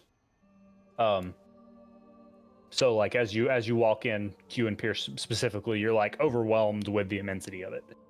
Okay. What's that smell? books. It's print and paper. You know who would have loved this place? Yeah, Augustus. Yeah. He's probably seen bigger libraries than this, though. They may be bigger, but they may not be this fancy. Why would That's Augustus true. like this place? Because he liked to read and research. Oh. We probably couldn't have got him out of here. Nah. Kind of makes you need to poop. I think there's a word for that. I don't remember what it is. All right. So, do we start in the kids section or? Well, the cubby's over here. I show Q, or you can go with us if you want to. It's up to you. Is there a cubby in the sun? There is no sun at this point. What? Oh, it's dark. Dang it. Mm-hmm. Oh. It's darkening. There's no sun coming through windows. You know, I no found sunlight, the no sunbeams. warmest cubby. Cass, if I can't find a warm one, I will start a fire. Don't start a fire in this library. You know all those fish sticks you just had? If you do not start a fire, we will go get more of those on the way home. Okay? Okay. No Okay. fire. Alright. No destruction of any kind. Short nap while you guys read books. When you Yes. wake up, don't Yeah. leave without us. Come find us. Okay. And if a stranger offers you candy, what do you say? Thank you for the candy. Exactly. Okay. Oh. Man.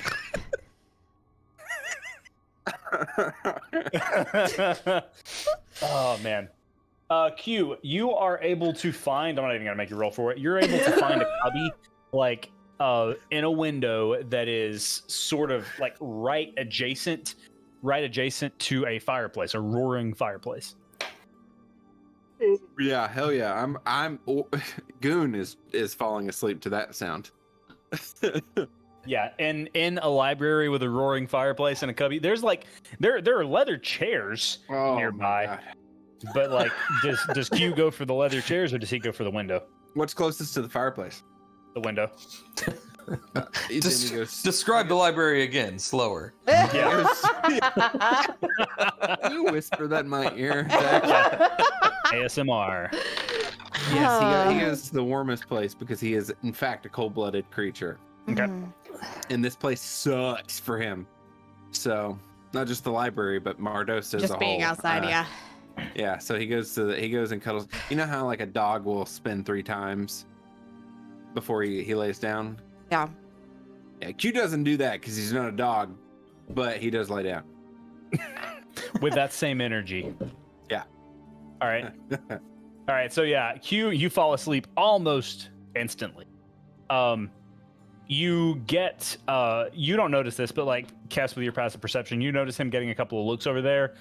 But you also see people looking at you, and they kind of put 2 and 2 together, and they realize he's with you, and they're not going to say anything to you. So Let's give him a nod. yeah. That's, you see, like there's a drow librarian who is like, she looks distraught that he is there, but then she looks and sees you and she's like, this is fine, this is chill. Yeah, it's not the worst thing that's ever happened in this library.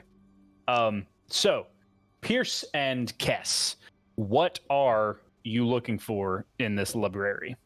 So before we start looking, Pierce does turn to Cass and says, "Can Q even read?" I don't know. I've always just drawn pictures because I know he like, I think he can. I just realized I have no idea if you can read. Or I can't remember. Either way. Okay. Gods, beings of higher power? Yes, or not even just gods. Whatever an anti-god would be. Okay. So Pierce starts looking around for a section that says gods, beings of higher power, demigods, titans, ethereal, anything with the word ethereal in it. Anything with the word... Celestial. Yeah. Cosmic. Cosmic. phenomenal cosmic Void. power. Void.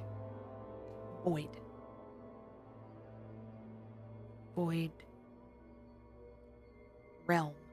Void. Yeah, we're looking for all those things. And we will spend we got nowhere to be, so we'll look for hours. Yep. At this point in the day, you know that the library probably closes in about 3 hours, so that is going to inhibit you a little bit. If it's we'll come back tomorrow. If it's going to be one of those all day sorts of situations. Yeah. So, Pierce, that's what you're looking for. Kess, is that what you're looking for? The same thing, but I want to also start looking for anything void, specific, like anything darker, shadowy. Like, yeah. Sure. Okay. Can I get investigation checks from both of you, please? Yeah. I'm gonna give myself. But of course. Question on inspiration. Do we have to say that we use it before we roll? Yes. That's how it works? Okay. Then Actually, I have wait. Are you saying before you roll? You're right. I can't see the roll and then choose to use inspiration. Actually, no. Yeah. You can totally do that. Yeah. You can. Yeah? You can. Yeah. You don't have to call it beforehand. I think it just depends on whatever the DM says for the. I mean, Yeah, okay. I will. My instinct was no, and then I was like, wait a minute, that doesn't make sense. Why would you not let someone have advantage after they see the? So yeah, you can have advantage. You can totally use your inspiration for that if you wish. Okay, yeah. Pierce will use inspiration because that sucked a duck. Goon has words, but that's fine. Goon can say words. Q is asleep, but Goon is not. I think it's typically after the roll, but before the DM says whether or not the roll passed or failed. Oh, I think. yeah. Okay. Yeah. I think. I like that. Yeah. Okay. Then you said investigation? Mm-hmm. 21. 21. Okay, cool. Kess, can I get an 28. investigation check from you as well? 21 and 28. I rolled a God natural in heaven. 19, a 4 on my guidance, and then my investigation is +5. Okay. So. Lore dump. We'll have all the lore you have, please. Hey. I don't know if you guys know what you're getting Lisa, into. may I have some lore? Lore. That's really funny. good. I like that. Okay. That gave me a spring in my step and a bounce in my britches. Well done, Goon. Kess, you were looking for information. Would you like to give me something that you were specifically looking for information for? I'm specific. Like, I wanted to get down to the specifics of either Ash, anything that sounds like Ash, or like Mother. Okay. So, as Fallen you are gods, investigating, anything like that. Sure. So you're investigating just higher powers, correct? Yes, but specifically looking for things that match their descriptions. Sure. Okay, so... And you rolled a what? 28. God. All right, so as you are looking, you spend pretty much 2 hours just like pouring through these gigantic tomes, and you're so hyper focused that you can just like scan through like summaries and tables of contents and things like that, and just like skim through books and know pretty quickly whether or not it's going to give you what you need. You approach one specific tome that is just about ancient evils, and you find a section on, curiously, you find a section called the Shadow Mother. Hang on. Okay. And you find a section, the Shadow Mother, her actual name is Skew Gamor, Skugamor.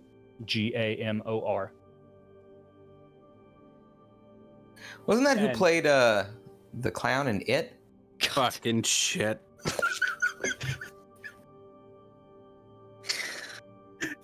Good night, everybody. All right, it's been a good game. Oh shit! So yeah, you find a page on the Shadow Mother, Skoogamore. Her origins are mysterious and unknown, but she is said to be able to contort. This particular passage stands out to you. She is able to contort and control shadows in combat. Huh? I mean, Honk shoe, honk shoe. Okay.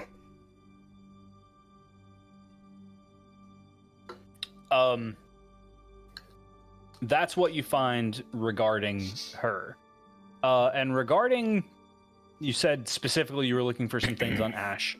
The problem is, as you're looking, it's you know so very little about Ash and so very little about what he can do.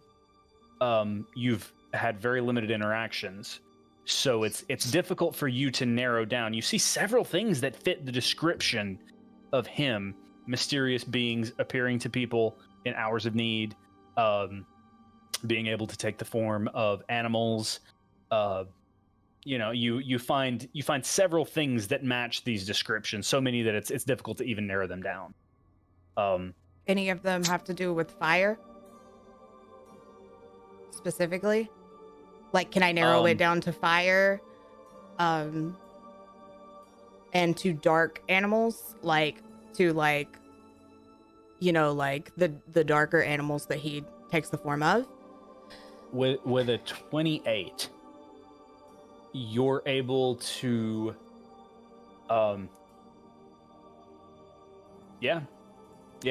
with a 28 you're able to realize, or you're able to discover that there are some hold on,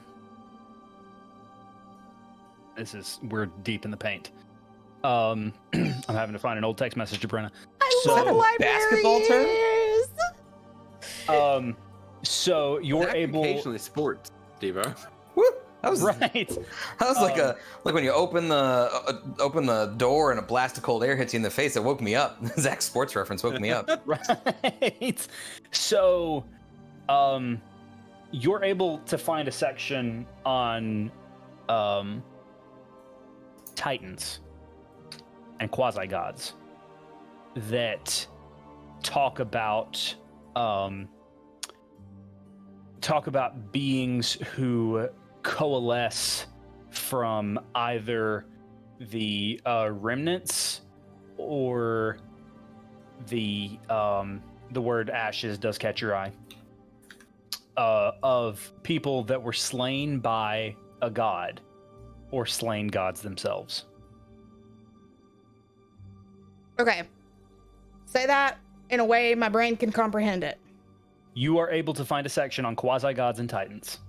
And in this section on quasi-gods and titans, the word ashes specifically does stand out to you. But you're able to find a section about how some quasi-gods and / or titans are able to manifest out, come to existence out of the blood, bones, remains, ashes, whatever, of either dead gods or people who were slain by gods. Okay.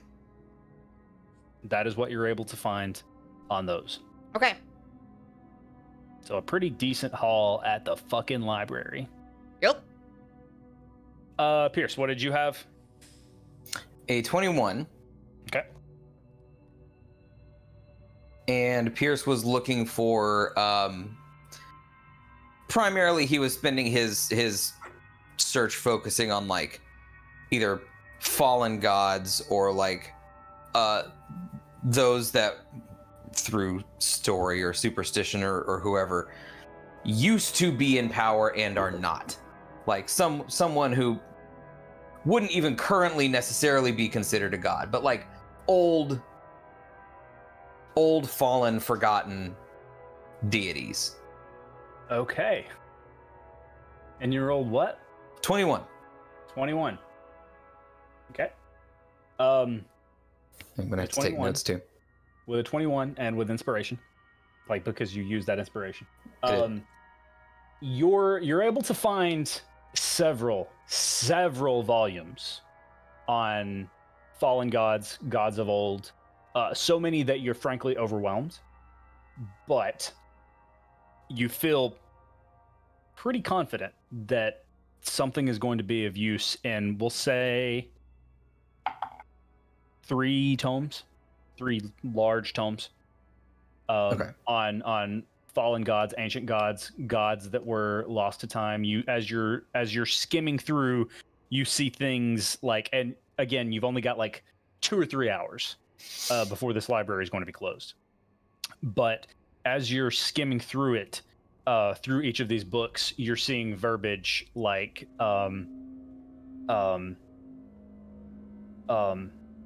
like tomes that were left behind in ancient ruins, or messages that were inscripted on stone tablets, things like that make you think, oh fuck yeah, this is the type of shit that I need to be looking at. So you feel confident that there is quite a bit in these 3 tomes that would be of use to you, but unfortunately you don't necessarily have enough time at this very moment to dive into all of that. Okay. Pierce sort of wraps up the 3 books in his hand, and he tries to find Cass. Okay. Yeah, you find her. I am like paper spread out on the floor of like an aisle, like not even at a table. Like, I mean, like, are you copying, Charlie and It's Always Sunny in Philadelphia? taking notes. That, like, basically, if I had a board, I would be marking pins on it and tying string to it, and like. Not that anyone asked, but I am peacefully asleep. Can I hear Q's snore from where I am? Make a perception check for the fun of it. I like fun. That's a 5. Nah, you don't. This place is big. You had to you and Kess are on a completely different floor than what Q was on. Q was on the ground floor. You guys are like Pierce. You went all the way up to the what did I say? The 5th floor. You went up to the 5th floor, and then you met Kess back down on the 3rd. Like, you guys have been all over the place. In addition to your brains being tired, your legs are tired as well. Okay, Pierce finds her and he goes, okay, I skimmed through these. They seem important. I can't decipher much from it, but there's a bunch here about old fallen deities, and these are creatures that could be wanting power once again. That's my own description of it. Okay. And maybe there's stuff to go through here. Can we check out books from this library, or do we have to leave them here? Can we check out books from this library? You can. We can. Okay. Hey. You're gonna have to check these out. Here. Look at this. Look at this. Look at this. Look. Pierce leans over and looks. I point out the Tome of the Ancient Evils and the Shadow Mother part. Pierce, when you look in this volume, and Cass, you didn't know this a minute ago because I just now thought of it, but when you look in this tome, you see an actual drawing, like a sketch of shadows wrapping around someone. Oh, that looks fucking familiar. Yeah. Okay, did you find anything on voids or anything like that? Well, not voids, right? Nothing on voids. Not particularly. I mean, you only had so much time to look, even with a 28. Okay. You know. But I did find, this kind of sounds. I'm not saying that this is what Ash is, but I also don't know what he is, and this kind of fits the description, and so I point out the Titans and the quasi gods. Mm-hmm. Yeah. Quasi gods.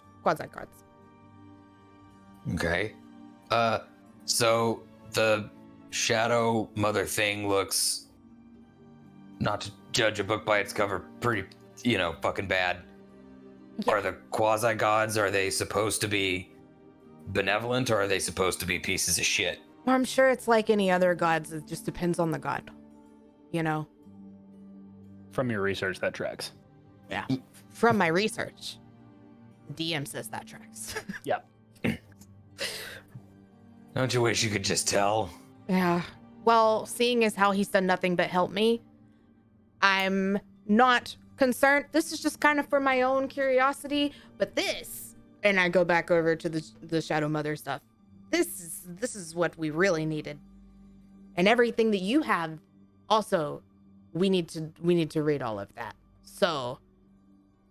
Okay. So, we need to learn more about Shadow Mother.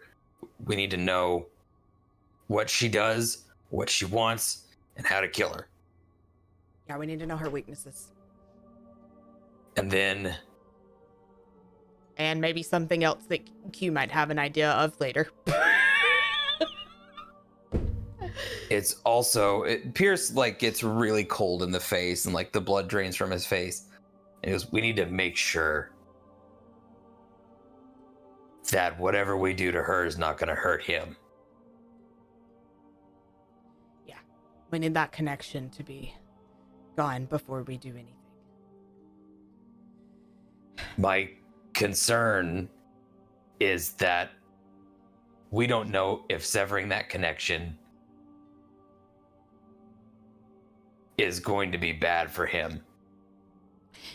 Not even just emotionally, but my concern is that his life is so intertwined with it that if we... Yeah. So we need to be prepared. I think... What's wrong with prepared? Nothing's wrong with prepared.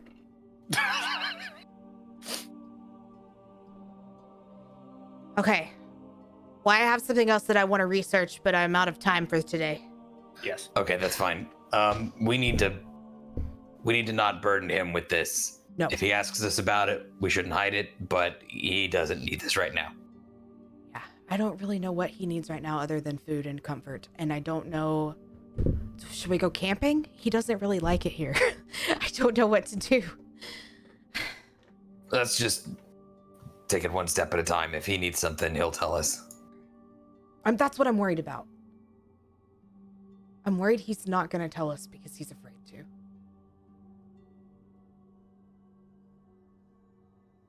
I know there's nothing we can do. We have to trust it, but I'm just... Whatever's happening, clearly it's not his mother, unless his mother was the Shadow Mother, you know, but it wasn't. Her name was Marrow. And now that he's asleep and can't hear us, just so you know, I really want to fucking kill her. I do too. She's freaking hurting him, and it makes me really, really, really, really mad. And he doesn't deserve that. Okay, let's grab him, let's grab this stuff, and go make sure we're not going to jail. That's the least of my worries. We go to jail, we'll break out. It's fine. I can freaking turn into a worm. I'm not worried about that. But I'm now worried about this thing that is taking control of our friend. And I'm not saying not to, but I'm just saying, we go to jail, names get put on lists. I haven't really been hiding my name here. And I don't want a second whirlwind of fuckery while we're in this whirlwind of fuckery. Yeah, I know.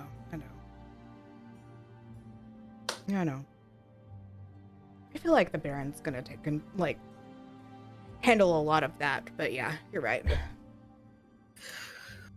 Let's get the boy. Well, before we do that, I'm going to rip this page out of this book. Quietly. Stealthily. Make a stealth Put check. it in my bag. Actually, sleight of hand. Make a sleight of hand check. I'm not freaking... I want this information forever. I'm not checking this book out. Sleight of hand? Well, Yeah. you know... That's a 24. Yeah. No, I didn't expect you to fail because you never do. Except for that one time that I failed and I except for that one died. time that killed me, yeah. I failed and it literally killed me. Okay. We don't talk about the dark times. yeah. So, yeah, The void stole. it makes no sound. It's almost like wind ripping this page out of this book, I and like you how put it in your bag. You went to look like you made a sound, but like there was no sound made. Yeah. Yeah, exactly. That's good. Mime is my favorite. Good job. Okay, those books we check out. This, we're keeping this. Wait. You check him out because they don't know who the fuck I am. I'm gonna go get the boy.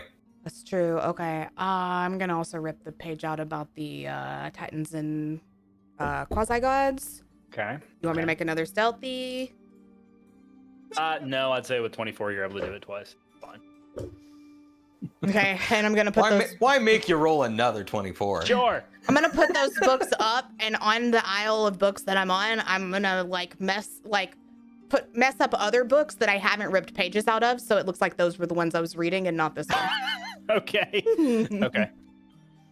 Yeah. You're able to just like go through and like pull the spines out of some of the tomes and like And they're very they're very and, like, boring. wrinkle some of the scrolls. They're very yeah. boring reads, by the way. Like, just like Yeah, it's I want to it's pick like the most boring thing. Hillbilly Elegy. Perfect. I'm not even gonna make it fantasy. It's Hillbilly Elegy. Yeah. Yes. Always. Perfect. Okay. Actually, every other book is hillbillyology. Yeah. Yeah. Pierce is gonna go look for Q. Hillbilly Elfigy. That's solid. Thank you. I like that. Okay, Pierce is gonna try to find you go Q. and get Q. And I'm gonna check And out these yes. 3 books. You go check out the books. How long have they been there? 3 hours, roundabout. 3 hours. Okay, that's a good nap. Yeah. You got a long rest for what that's worth. If I find Short rest. Short rest. what, Rest. Yeah. presuming I find Q, is he still asleep or not? Q. Oh, yeah, he's still asleep. Yeah. Okay. Pierce finds him. He looks at him. He says to himself, again, horrifying little angel, and he tries to grab him and without waking him. Okay, make a sleight of hand check. Okay. Do I need a contested like? It would be your perception or passive. something? It would be a passive Okay. perception. So upsetting. It's an 8. 8. Oh no. Yeah, Q wakes up. Yeah. What? Hey, nope. I tried not to wake you. I'm sorry. Where are we? Pierce is still holding Q, by the way. We're done. We're done reading. We're gonna go back. Oh, good. Was it a good book? No. Or there It was boring. stories? Oh, Well, mine was. I'm gonna be perfectly honest. I couldn't understand a lot of it. Q just reaches up and grabs him, or not grabs him, but like just puts his hand on his face and says, "Tell me a story." Oh, Jesus. Papa. We lost Locke. She's out of the frame.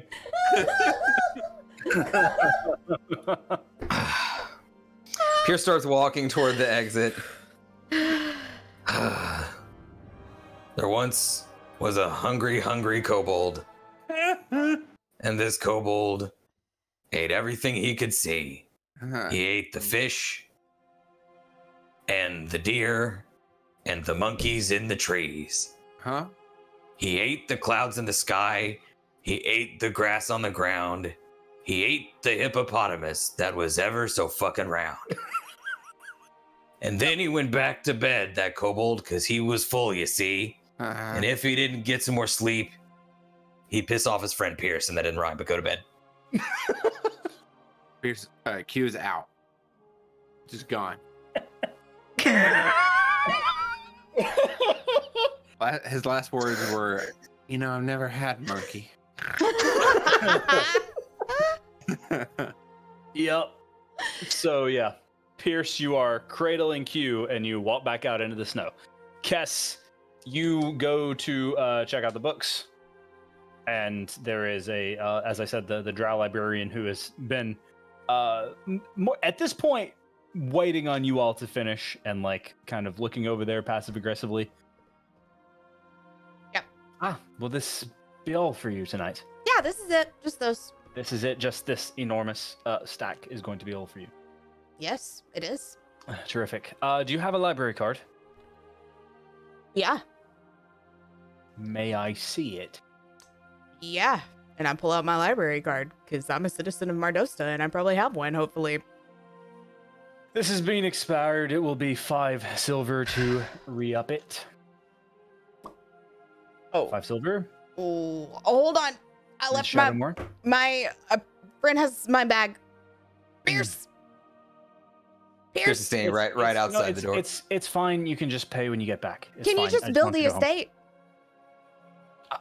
I get yelled at when I build things, but just pay when you bring them back. Okay, yeah, I can pay- do that. Yeah. And then if I don't, Five just go silver. knock on the door, tell somebody, you know the. Yeah. Yes, of course. Okay. Oh, well, Lovely to see you, Ms. Shadowmoor. yeah. Thanks. Okay, bye. Have a Goodbye. good night. You as well. I ran out with my books. Yeah. An Ah. armful of books. What a jerk. Okay. I'll carry in the You books. step out into the snow, wobbling with what? 5 books? 3 books? How many? Did you get the 3. ones? Just okay. Can so I just put them in my bag of holding? Yeah. I do that. okay. I do that. Yeah, you put the books in your bag of holding, and it's all well and good. Man, why do people carry things? Because they're a fucking sleep. Exhausting. Pierce shows her that Oh. Q's asleep. That's real cute. And I think He was he's drooling Yeah. on my shirt. He is, 2 nights in a row. but at least it's not vomit. So That's it's true. better But if than I last could go night. one night without Q fluids, that would be fucking great. You had Let's get vomit back. one night. You have drool tonight. What's tomorrow? Nope. There's not going to be a tomorrow. For the second night in a row, Pierce is carrying Q back to Shadowmoor Estate. Okay. It's about 7 in the evening, so you guys make your way back across town. There are a fair amount of people out on the streets, just like going. As you pass by the night market, you see several people going in there. You see a few people dressed as if they are about to perhaps go to the Underfrost. Oh, Pierce. We have to go What- get what? your bullets. Come on. Into the night Oh. market. Right. Hey, Zach, Yes. can we super quick break? Yeah, totally. Like tiny break, like Yeah. 3 We're gonna minutes. take a 3-minute break, and we Yeah. will be right back. Okay. This is unprecedented. Sorry. Is it?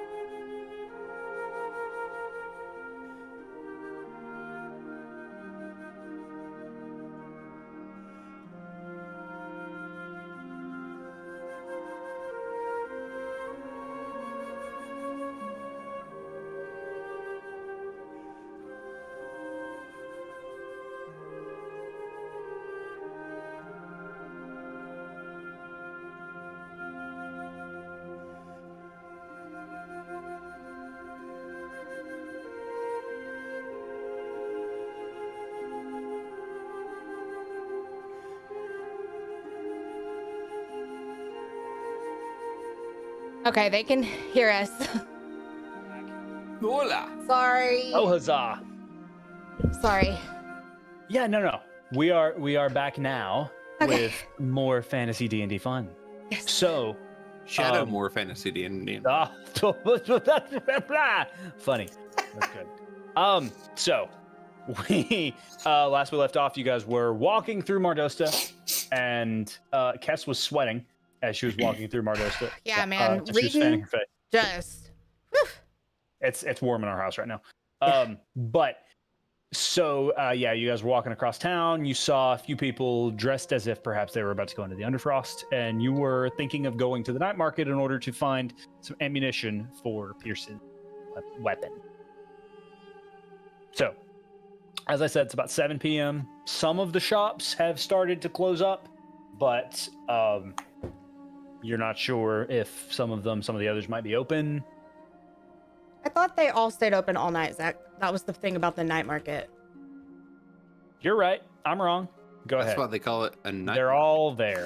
I just forgot. Yeah. So. All right. So. Oh. Yeah, Pierce is looking for anything that looks like it might have like a weapon on it, and or like some like metal, you know. Okay, so you guys like are that. like walking into the night market because it's this whole thing. Yes. Okay. Cass, would you like to describe what they experience as they step into the night market for the first time? Okay. It is this. There's stalls everywhere. So think the markets in Aladdin. Like a bazaar. But it's all indoors, and the building, like the top of it, is all glass, so you can see the snow. Like, it's very, very, very pretty, and it's all made out of like metal and glass everywhere. And then it's very colorful, but it has that smell. Have you ever been to just a flea market? You know, the smoky. I've been to a Circuit City. I think it probably is similar. It's like smell of incense, smell of smoke, smell of meat, smell of leather, like all of those really strong smells, like all at once. But it's very, very. When it's night, you can see the what's it called, Zach? The aurora. The aurora. Aura in the in the sky through the glass roof. Is this like one of our local flea markets? So every now and again you just get a whiff of like some form of animal feed, but you don't know what. Okay, cool.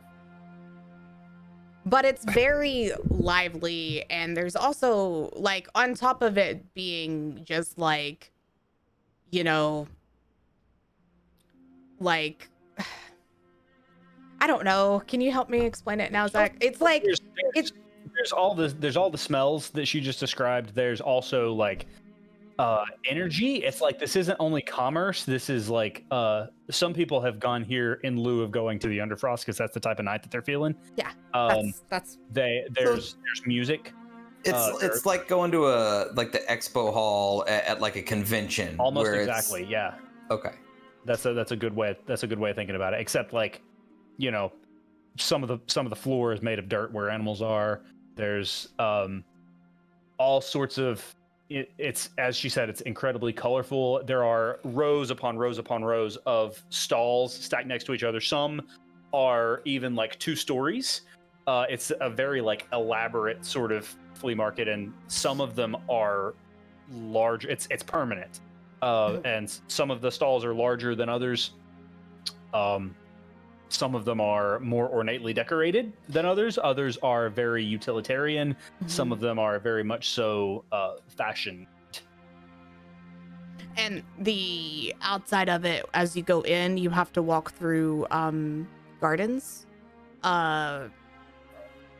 So you've seen the gardens though up by the like the palace. It's just extended down towards the night market as well. Because it's directly in line with the palace, but the palace is up on the cliff, and the night market is directly down. So the garden just extends off the cliff and down into the night market as well. Okay. Anyways.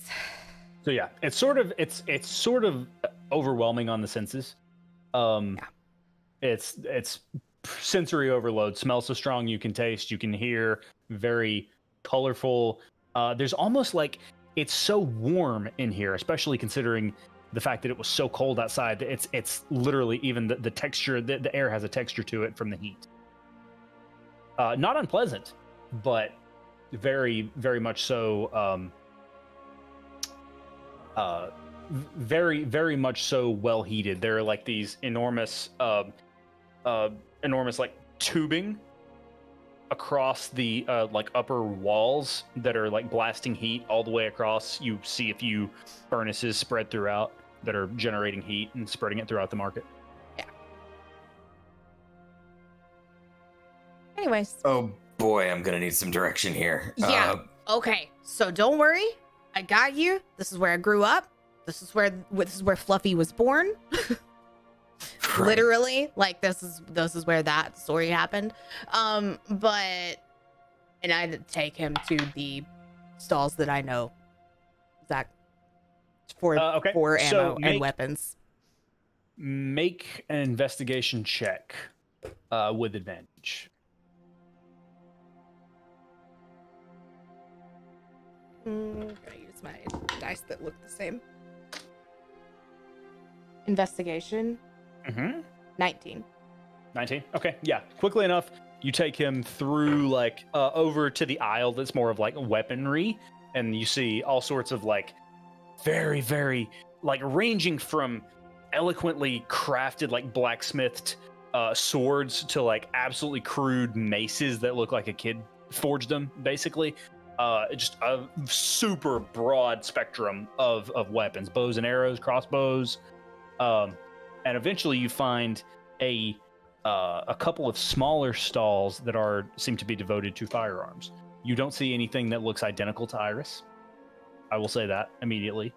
You don't see anything identical to her. You see a couple of longer pistols, but nothing that can't necessarily be held with one hand.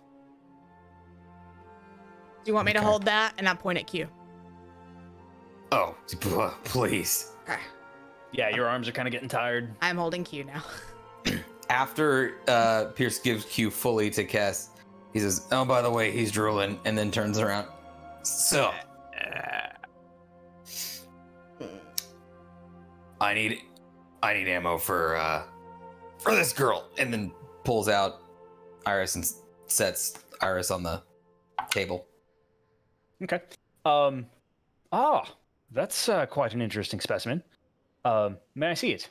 This is, by the way, this is a tiefling woman who's standing behind this counter in this kiosk. It's not as ornately decorated. You get the feeling that it's kind of like a pawn shop. You know, it's not necessarily made to be fancy. People go there if they know what they need already. Mm-hmm. Pierce taps on Iris, like just a little hesitant to even let someone else look at her, but he makes a motion that it's okay. Interesting. She spins it around and like looks into the chamber, fills the stock. Now, are you needing ammo for it, or were you wanting to sell it? No, God, no, I don't want to sell it. I just Okay. need ammo or something that I can use to turn into ammo. Yeah, she pops open the barrel and looks. I don't sell anything that would particularly fit this particular weapon. Hey George, do you sell anything for this? And a Goliath man like stomps over and looks, grabs Iris roughly out of her hands, spins it around and looks down the barrel. Nope, don't sell nothing for this. Gonna have to craft it whatever you want. And he kind of throws it back at her. All right, then. I might have. Let's see. Do you, Pierce? Yeah. You would actually know from the person that you bought this from. You have to craft. You have to craft ammunition at least for now, because this is a newish weapon. You're not sure exactly who made it, but you know that you need a pound of gunpowder, a pound of copper, and a pound of iron. Okay. And with that, you would make a skill check, and that would determine how much you would be able to make out of those crafting regions. Okay. I need these 3 things. Can you hook me up with that? And Pierce relays the list. Yeah, let me see if I can look in the see if I can look at my stuff here. And she kind of looks around. While she's looking, Pierce is scanning the weapons that, if there are any weapons on display for the familiar family. You see it crest on all of them. Oh well, actually, yeah, you see it on all of them.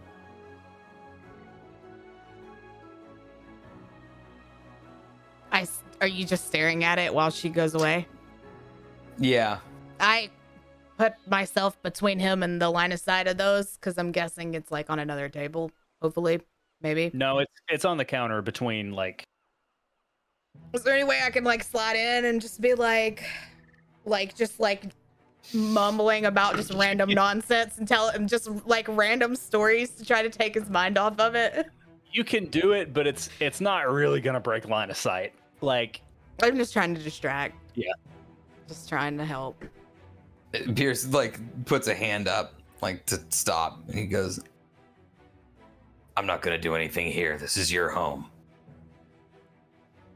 Well. Okay. Yep. Also, it's a little different in a marketplace versus in a, you know, in like where like Scott was, you know?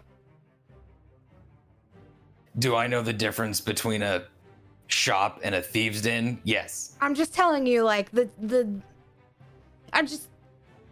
good. Did I just... So, back up.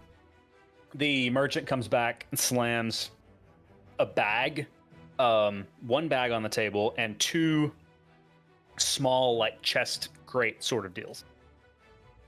All right, see, that's it's going to be a one. You said you needed 1 pound of iron, 1 pound of gunpowder, and 1 pound of copper, correct? Yeah. All right, so all of that is going to run you about 4 gold.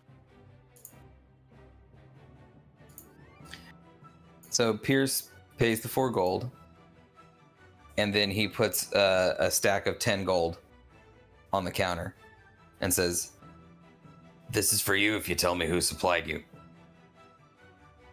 Make a persuasion check with advantage. okay. Well, I'm going to use the blue. Kess is looking around. And Is it's she- a good thing you had advantage. I'm sure she hears all of that. Dirty 20. Dirty 20. She reaches and grabs the copper and looks over to see if the Goliath standing in the booth next to her noticed. You shitting me? No, I want to know where you got these from. It stays between you and me. I just want to know. Well, weapons of this sort of change hands quite a bit between manufacture and a place like this. But I get most of my weapons from a woman named Souza. Souza Guillen. Is she here often? Oh no, she's never here. Where does she operate out of? She operates out of Navira. Okay. You would know that that's also where your father operates out of. Where Pappy is. Yep. Okay. So yeah, it's got to cross official nation lines, but what we do here is so far on the up and up. I have no doubt. Pierce turns and he's ready.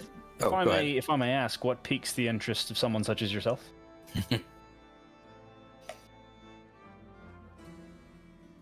That logo. Pierce points at the logo on the nearest firearm. What does it look like? It is. Well, would you like to tell me? So I imagine that it's 2 G's, like GG, but more ornate in kind of an old westy kind of style, like what you might see inscribed on a wood handle of an old peacemaker, or like an old Colt revolver or something like that. So it would be the double G. This logo right here. I know the guy that makes these. And I haven't seen him in years. And I was considering paying him a visit. Well, that sounds like something that I don't need to know about, now doesn't it? No. Huh. No, you wouldn't. Well, take care of yourself. Just between you and me, someone who decides to make weapons of this nature, I mean, I don't know. What I do here is just a job. What? Someone who decides to make weapons of this nature must be a right arsehole, right? Oh, yeah. You have no idea. But, you know, maker, purveyor, user. Are we any fucking better? The nature of life is often gray. Anyway, thank you for your business, Mr. Salazar. Thank you for your business, Mr. Salazar. Let's go. Yeah, but just follow on with holding the Q. Yeah. With a very sleepy Q in Kess's arms, and then he's bundled up where like people think it's a baby, but like if anyone got too close, it's not. Actually, make a performance check. Oh, performance. Yeah. 16. 16. Okay, yeah. There are a couple of moments where you see Q's like lizard clawed foot pop out from like underneath, and then you're able to like put it back in there. And then you get a couple of looks, and you hear one person say, "I didn't know she had a kid." But just like chuckles to herself. Like, apart from that, no one really stops, and you're able to make it out of the night market and out back into the cold snow. The aurora is very, very active above, purple and green, shifting about. At this point, it's probably 8:30 in the evening. Well, unless you guys have anything else you need to buy or get, Q, I'll wake him up. What? Come on, we're stopping back and getting some more fish sticks. Fish sticks? Yeah, I said that if you didn't catch fire to anything, you could have more fish sticks. Let's get them.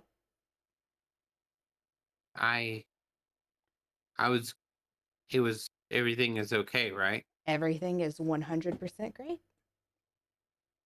Okay, good. Yeah. Because I was asleep and was worried. You know. Oh. It's fine. We were very impressed you didn't set anything on fire in your sleep. Mm-hmm. You know, 2 nights ago, I would have been impressed too. Wait.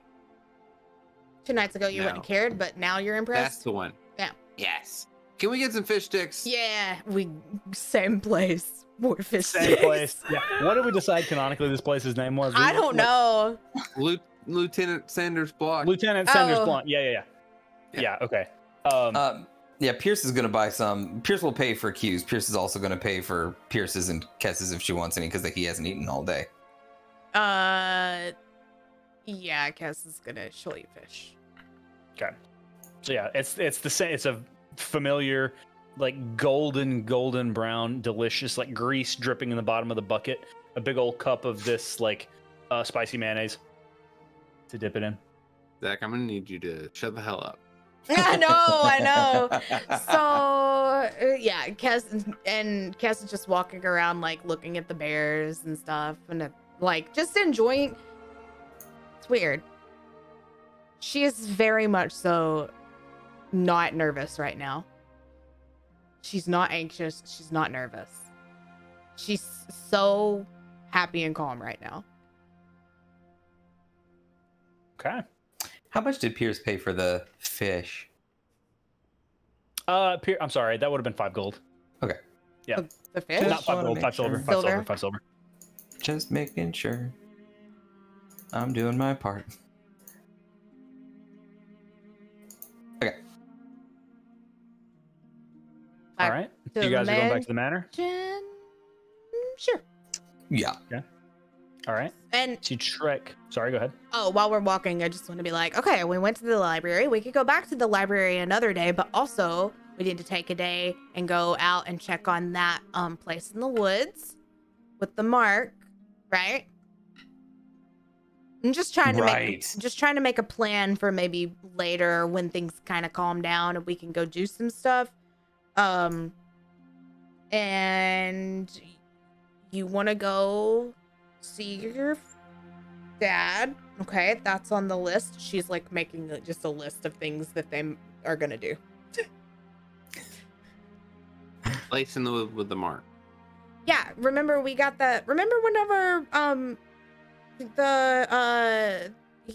oh my gosh, what was his name? Dead Jeff. And that grave, and we found the gold. There's another mark here on the map. So we want to go check that out. Yeah, we have the map. So we want to do that. And then, yeah, we just have some things to do. Following you guys. Okay. It's been kind of a stressful day. Nap was good. Yeah, you looked like you were really into that nap. Do you guys find anything cool in the I don't know what you do in a library is you read, but why?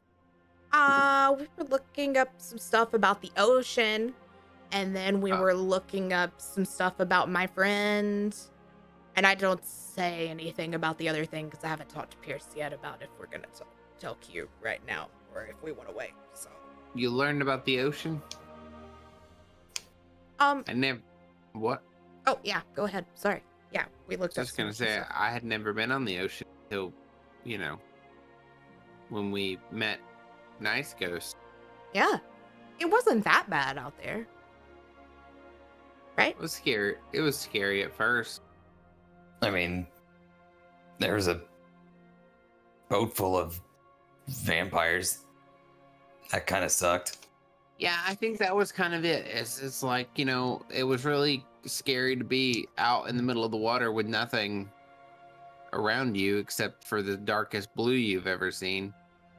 But then there was the terrifying boat full of vampires, and that kind of put the dark blue water into perspective. You know, wasn't actually actively out to kill me. Exactly. Pierce recalls the nightmare that he had where the vampire kills him over and over, and he like shudders, like visibly. Be cold. You need another jacket? No, when we mentioned the ocean, I was reminded of the nightmares that I had. I was alone. I was being killed over and over again. And it couldn't save me, and I couldn't save you, and you had nightmares where you were being killed over and over again?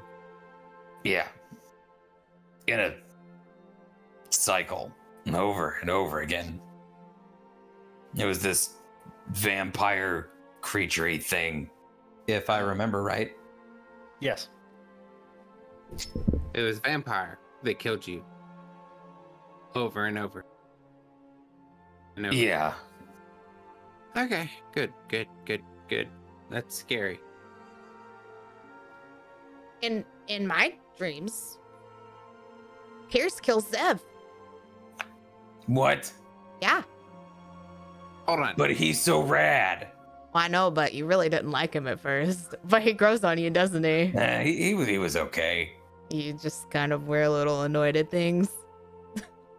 Pierce killed. In my dreams. And it happened over and over again. And Ash was there, but he couldn't do anything. But that's not the one that actually died. No, No. Zev is not Zorosaurus. Zev is not Zorus. Zev is, Okay. you know, And the which brother. One is, You know, the which one one that's is? the one that's You been go with first. us whenever Okay. we were traveling. That's Zev. Okay. So which one was Zeffy? Zeffy was the one Okay. on Evercrest when we very first met, and then we kept working together. Zeffy is the one that gave you meat, the horse. Oh, I liked. Oh, that meat. Yeah. Okay. Yeah, that's Zeffy.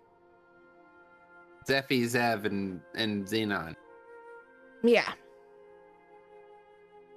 You know, you guys, like, you tall people, you got to start using, like, different sounds to make your names. Well, you Some new know, consonants would be great. Do I? Some new consonants would be great. Zarius' name isn't even spelt with a Z, so. Phonetically. Sorry, I'm not there. God? But no, yeah, Pierce, you killed Zev over and over and over again. And I still didn't know you that well. This was really, really, really creepy. But also, I kind of just knew it was a dream, so. Okay, but like, look, I mean, even back then, you could tell the difference between me being annoyed at someone or me being skeptical of someone and me wanting to blow their brains out, right? Yeah, that's why I wasn't worried, yeah. Okay. Yeah. For the record, Zev won me over pretty fast. He's that player. It was fine. Also, I knew you had never even been to Mardosta, so it wasn't a big deal. Don't worry. Have you ever met anybody that didn't like Zev? No. Well, I don't think Scott liked him. But I don't think he counts. But no, like, people just mostly like Zev. He's just very likable. He got all of that. I wonder what that's like. I know. Forgetting that he was there. He's not here right now, right? I would die if he just walked up. He pokes his head around a trash can. Oh, hey, you guys. No. No, he's home. Oh, okay. Well, for the record, I'm not gonna kill Zev. Because you did it in a Yeah, I know. nightmare. Yeah, And they're not real. Yeah. Right. Dreams are not real, and it's important to be able to tell the difference between the two. Right. Hmm? Right. Right. Right. Right.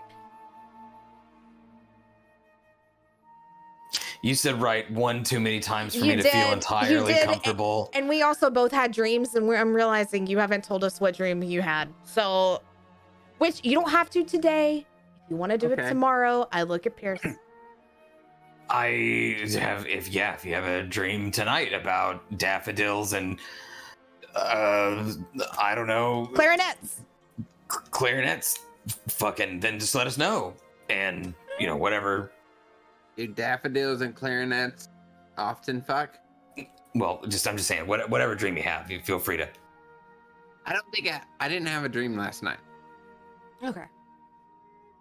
Yeah. I did have one a while back. You want to talk about it? No. Do you think you should talk about it? Yes. Okay, then let's talk about it. Well, yeah, I mean, nightmares aren't real. You just said that. They're not. Right. But So nothing will happen if you tell us. but But in my dream, Yeah. Pierce killed my brother, Pierce, which is a fear of Killed- mine. Zev, In you have a Pierce is- specific fear of Pierce killing Zev. I don't know what I I love Zev so much. And I think that it just picked that one person, and it picked the person that I was getting close to. Uh-huh. And my dream pitted those two against me. And dreams do that. They can. The reason we have been having those dreams is not a normal kind of dream. Why? Wait, it's not a normal reason. Why not? Because we've been messing with all the void stuff. I'm whispering now. Cute. Did you dream about someone that you care about? Yeah. A lot of people that I care about. Which is weird, because there's not a lot of people I care about. There was no one in my dream. But you?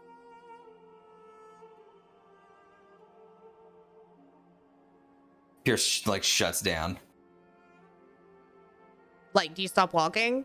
Or you just like... We're walking, but he's shut way up. Okay, I'll unpack that later and turn back to Q. Q. No, it's not a big deal. I'm just, it's a dream. I've been sleeping really good lately. I haven't been having dreams where I murder each of you individually while Mom cheers me on.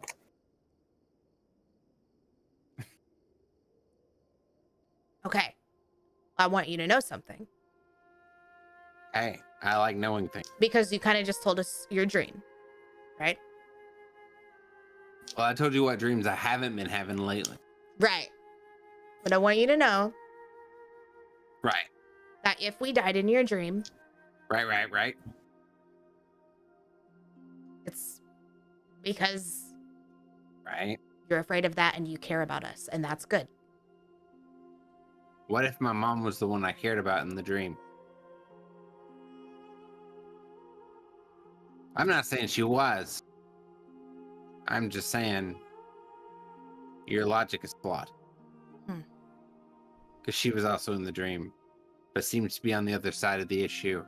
And I care a lot about my mother. That's pretty obvious. But she told me not to care about you. Where are we at? Guys? Where are we at, Zach? You are actually nearing a lift. The lift to the cliff. I don't. How much magic do I know about? What do you that's a I know very things. broad question. I don't know if Kess knows things. I'm trying not to metagame. I don't know if Kess knows about a certain spell. What spell? And I'll tell you if you can make a check or not. Is it called Speak with Dead? Yes. Maybe. Speak Where with you dead? have, Yes. The one where you have to have the skull of the person you speak to? I mean, I'm not sure about the mechanics of a particular, but we can just say. I just don't know if Kess knows about it, but this is me. Make an Arcana check. Okay, that's...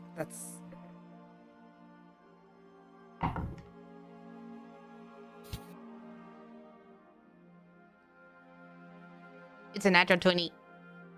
Okay. I mean, I hung out with Jindy a lot. You would know that there are some spells, yes, that you can speak with the dead for some amount of time, if you have a bit of their remains. Okay. But to your knowledge, But I can't do that. You don't know of any spells that allow a permanent connection. Right. That's not what I'm asking. Okay. What Okay. were you asking specifically? Because I'm just wanting to know if there is a way to speak with the dead if I have the remains. That He was wants what I to was check wondering. if Mother's mother by asking Mother directly. Okay. I would like for Q to talk to Mother is what I'm wanting. Yeah. I mean, yeah. There's a way to, yeah. You would know there's a way to speak with the dead if you have some remains. We Okay. have to find Will. Will? Yeah, because where he's at is where the way is. Pierce, how much money do you have? Pierce snaps out of it. Like a little over 500 gold. Man, we are broke. Yeah. Okay.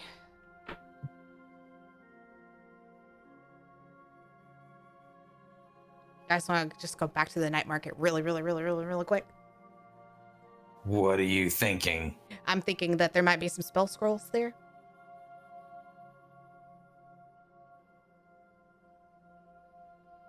All right.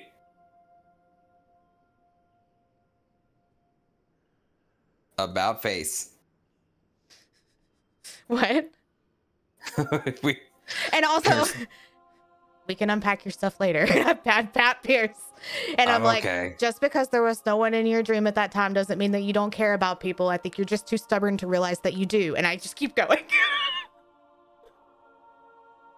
I feel like what she said was insightful, but I don't really know the definition of insightful. So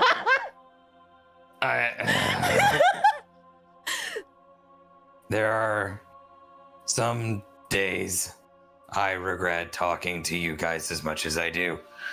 Well, you do it anyways. So this is where we're at. I have a question. Mhm. I just noticed that the coat is not like I'm wearing a coat, but I don't need to. What do you mean? I'm attuned to a ring of warmth, and so it is not cold to me at all. In fact, Q might be sweating a little bit. So I'm going to go ahead and take my coat off, wear my pretty dress. Okay. I was looking at my gold for the equipment. Decided to let you guys know that Mardos is not as mean to Q as I thought it was. Nice. So the whole time we were traveling, you were absolutely fine, and Pierce was the only one shivering. Well, Kess was shivering too, but Pierce was like miserable. Yes. Forgot that was a thing that I had. I love that. Okay. Back to the night market. All right. Running so you back. guys, yeah, you guys turn like right. You're basically stepping onto the lift to go back up to the cliff to go back to the Shadowmoor estate and like the fancy side of town, and you turn on your heel and head back down the center of town back to the night market. You make your way back there. Kess, can I get another investigation check with advantage? Okay. And Pierce, there's a chance these are going to be too expensive, so don't worry about it. But if they are, then we'll just go back and grab some money and then come back tomorrow and get it, or like the next day, or like whatever. What kind of investigation? Mm-hmm. Well, you can have all of mine. I don't need it. 23. 23. Okay. Yeah, you know just where to go. You find on the, it's like the far right wall of this night market. That grin when you roll super well. Yeah. Tonight it's just like, okay, so it's 20 what?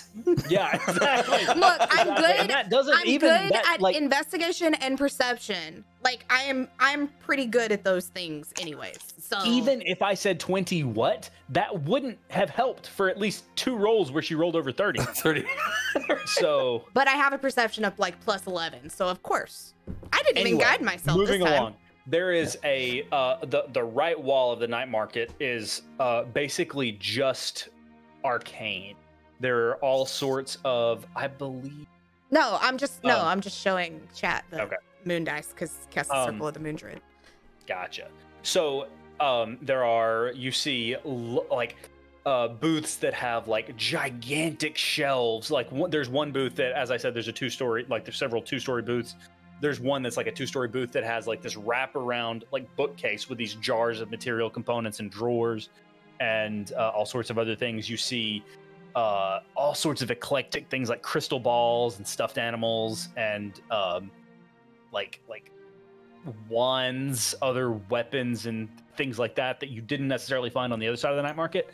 After a few moments of walking, you happen upon a place. You see some gems, you see some crystals, and you see along the back wall, you are, and correct me if I'm wrong, you were looking for spell scrolls, right? Yeah. Okay. On the back wall, you see lined with rolled up parchment.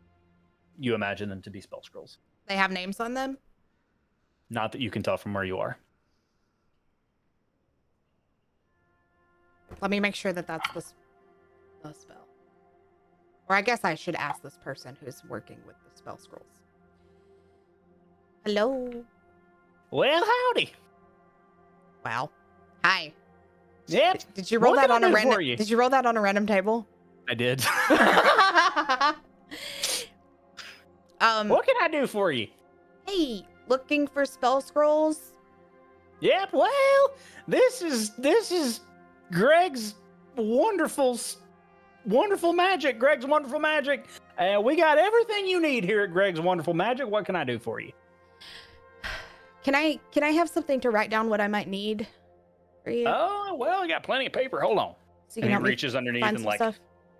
kind of pulls out a just like a receipt book kind of and gives you that and a quill and a well of ink. Okay, I'm going to like be. I want to be like quiet. I don't know if I want to be quiet about it or not. You look like you're having trouble formulating your thoughts. Where's Q? What? Are you with me? Are Yeah, I you feel like he was very close to you. Yeah. okay? Does he know exactly what's going on, or is he just a little confused now? No, none of the things that you said out loud were in Cass's voice, so he has no idea Okay. what you're I'm looking for. I'm gonna take the paper that the guy gave me, and I'm gonna write down like, don't say this out loud. Don't say this. Oh. Lips are sealed. Looking for spell scrolls that will allow communication with the dead. That's a tall order. Yeah. And slide it over. No, it's not my business to ask you, but it's mighty curious that somebody like you would need something like that. But again, here at Greg's Wonderful Magic, we got everything you could possibly need. And he kind of apprehensively, but still energetically turns on his heel. Speak with. He doesn't say it out loud, right? No, he says everything else. Speak with rocks, speak with animals, speak with houses, speak with lots, speak with carpet. I didn't know I had that. Speak with God. Oh, I need that one. Speak with redacted. And he pulls it off the shelf. Yeah. All right. This here's what you need. It's gonna run you. It's gonna run you up a bit. Okay, how much? It's gonna be 500 gold. Okay. Look at Pierce. I check it out. What is it, Zach? Can I look at it first for a minute? When you open up the spell scroll, you see. I mean, make an Arcana check.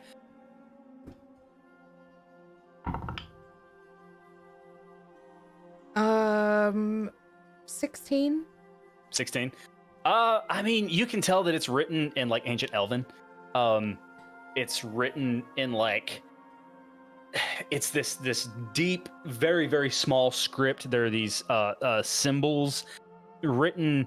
The paper is like, you can tell texturally it's some of the nicest paper you've ever held, and that the ink is not smudged or faded in the least, and you get the feeling that this has been sitting on a shelf for quite some time. I have a Locke has a question. Yeah, go ahead. This isn't something that I can cast, right? Or can I? Because I know that cleric spells, like druids and clerics, have a lot of the same spells, but I don't think it's within my spell list. So I'm just wondering if it's something I'm gonna have to find somebody to cast it, or I can try to cast it with a really high check. Like, I'm wondering about that before we spend all the money. So, okay. The typical rule for spell scrolls is that any creature that can understand a written language, can understand the language on a spell scroll, can understand the arcane script on the scroll to activate it. Wait, Goon so just shook it doesn't his even head. necessarily have to be in your class. He just shook his head. Goon shook his head. Yeah, I mean, go ahead. I'm reading this like I had to research this. So, because Zach doesn't know the answer. Does it have to be in your spell list? Scroll bears the word of a single spell written in a mystical cipher. If the spell is on your class's spell list, you can read the scroll and cast it. Okay, so this particular spell is it's Speak with Dead. and it is Bard and Cleric.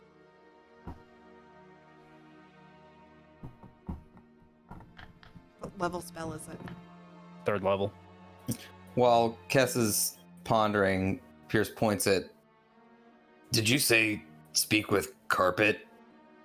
It seems like it did. I didn't know. I don't know how that got in there. Take a look at that. You're free to. Yeah, here, take a look at it. Does Pierce understand the writing on? No, it's written. It's written in deep speech.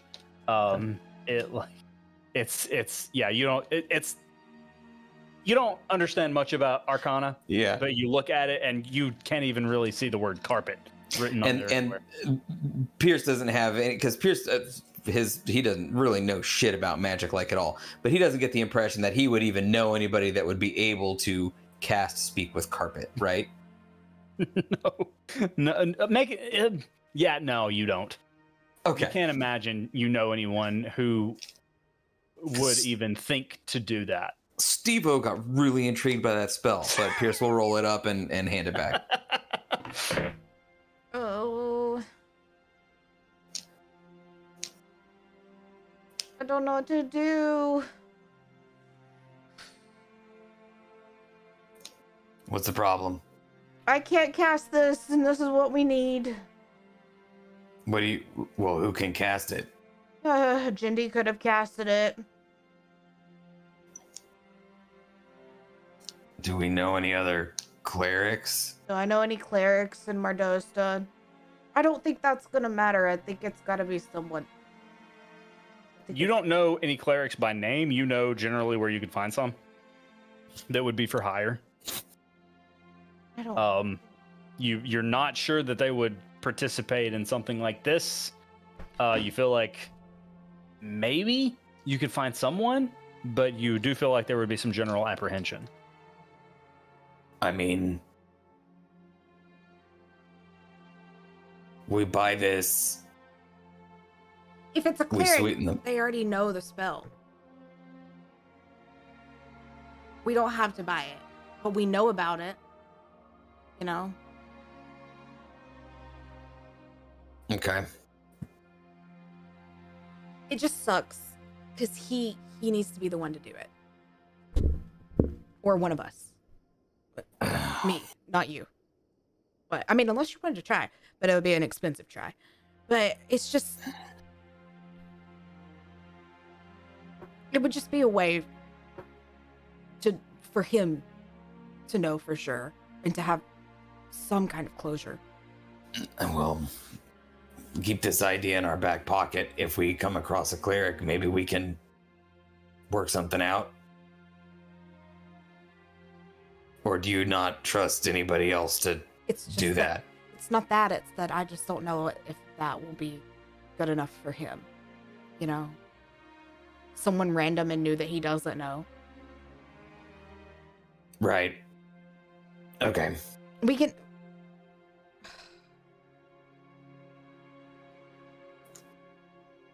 Yeah. It was a good idea.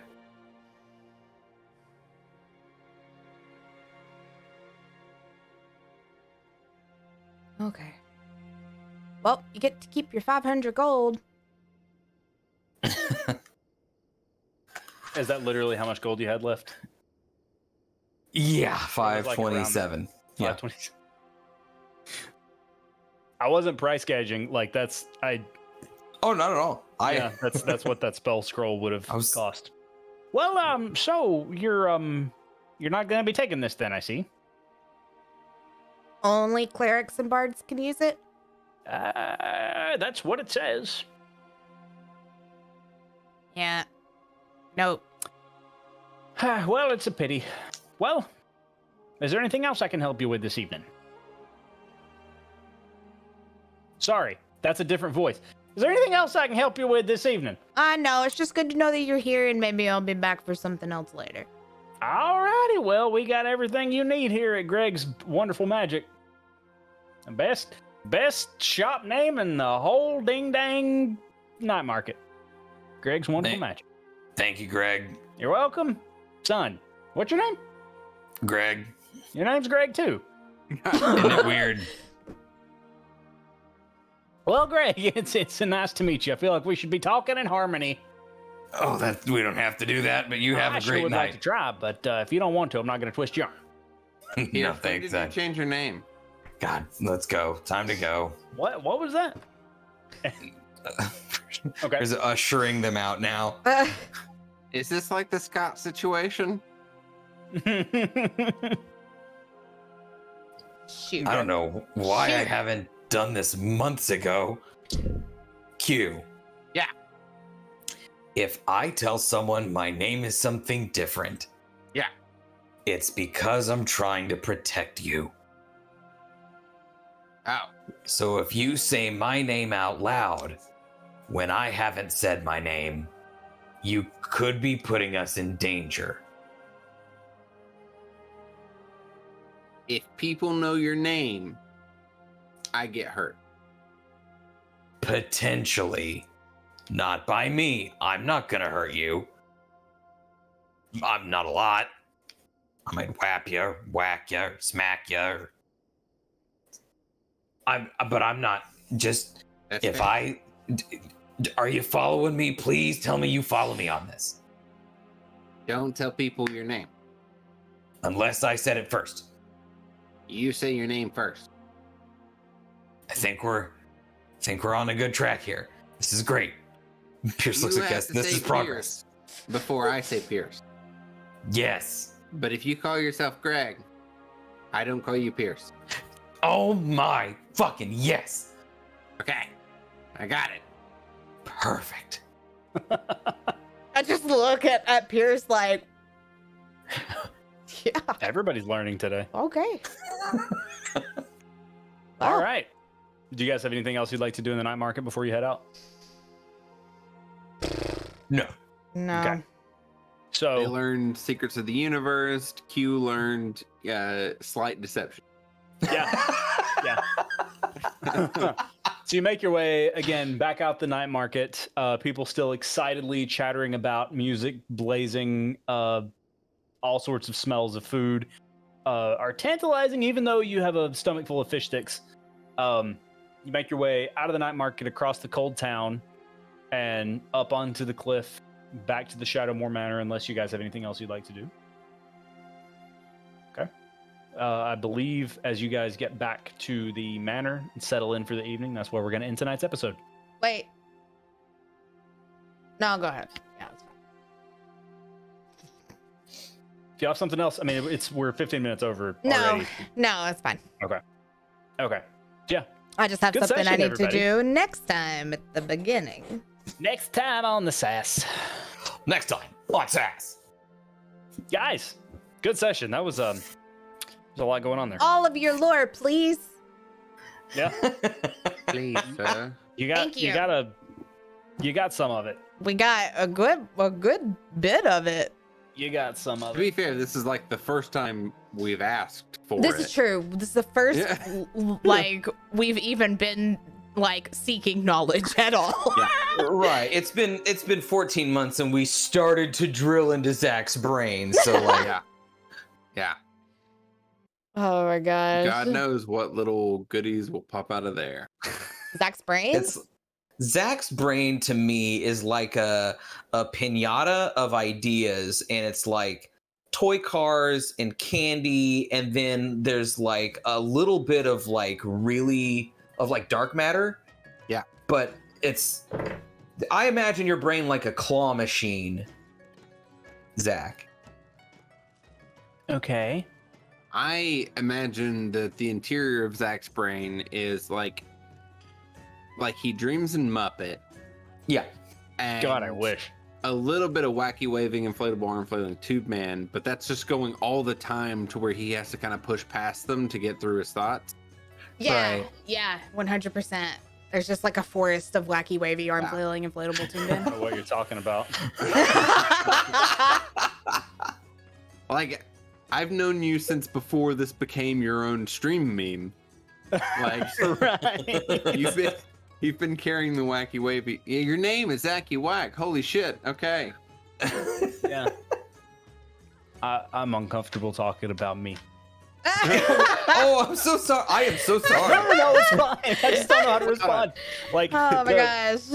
And no, follow the cast. Follow our cast. There's our links.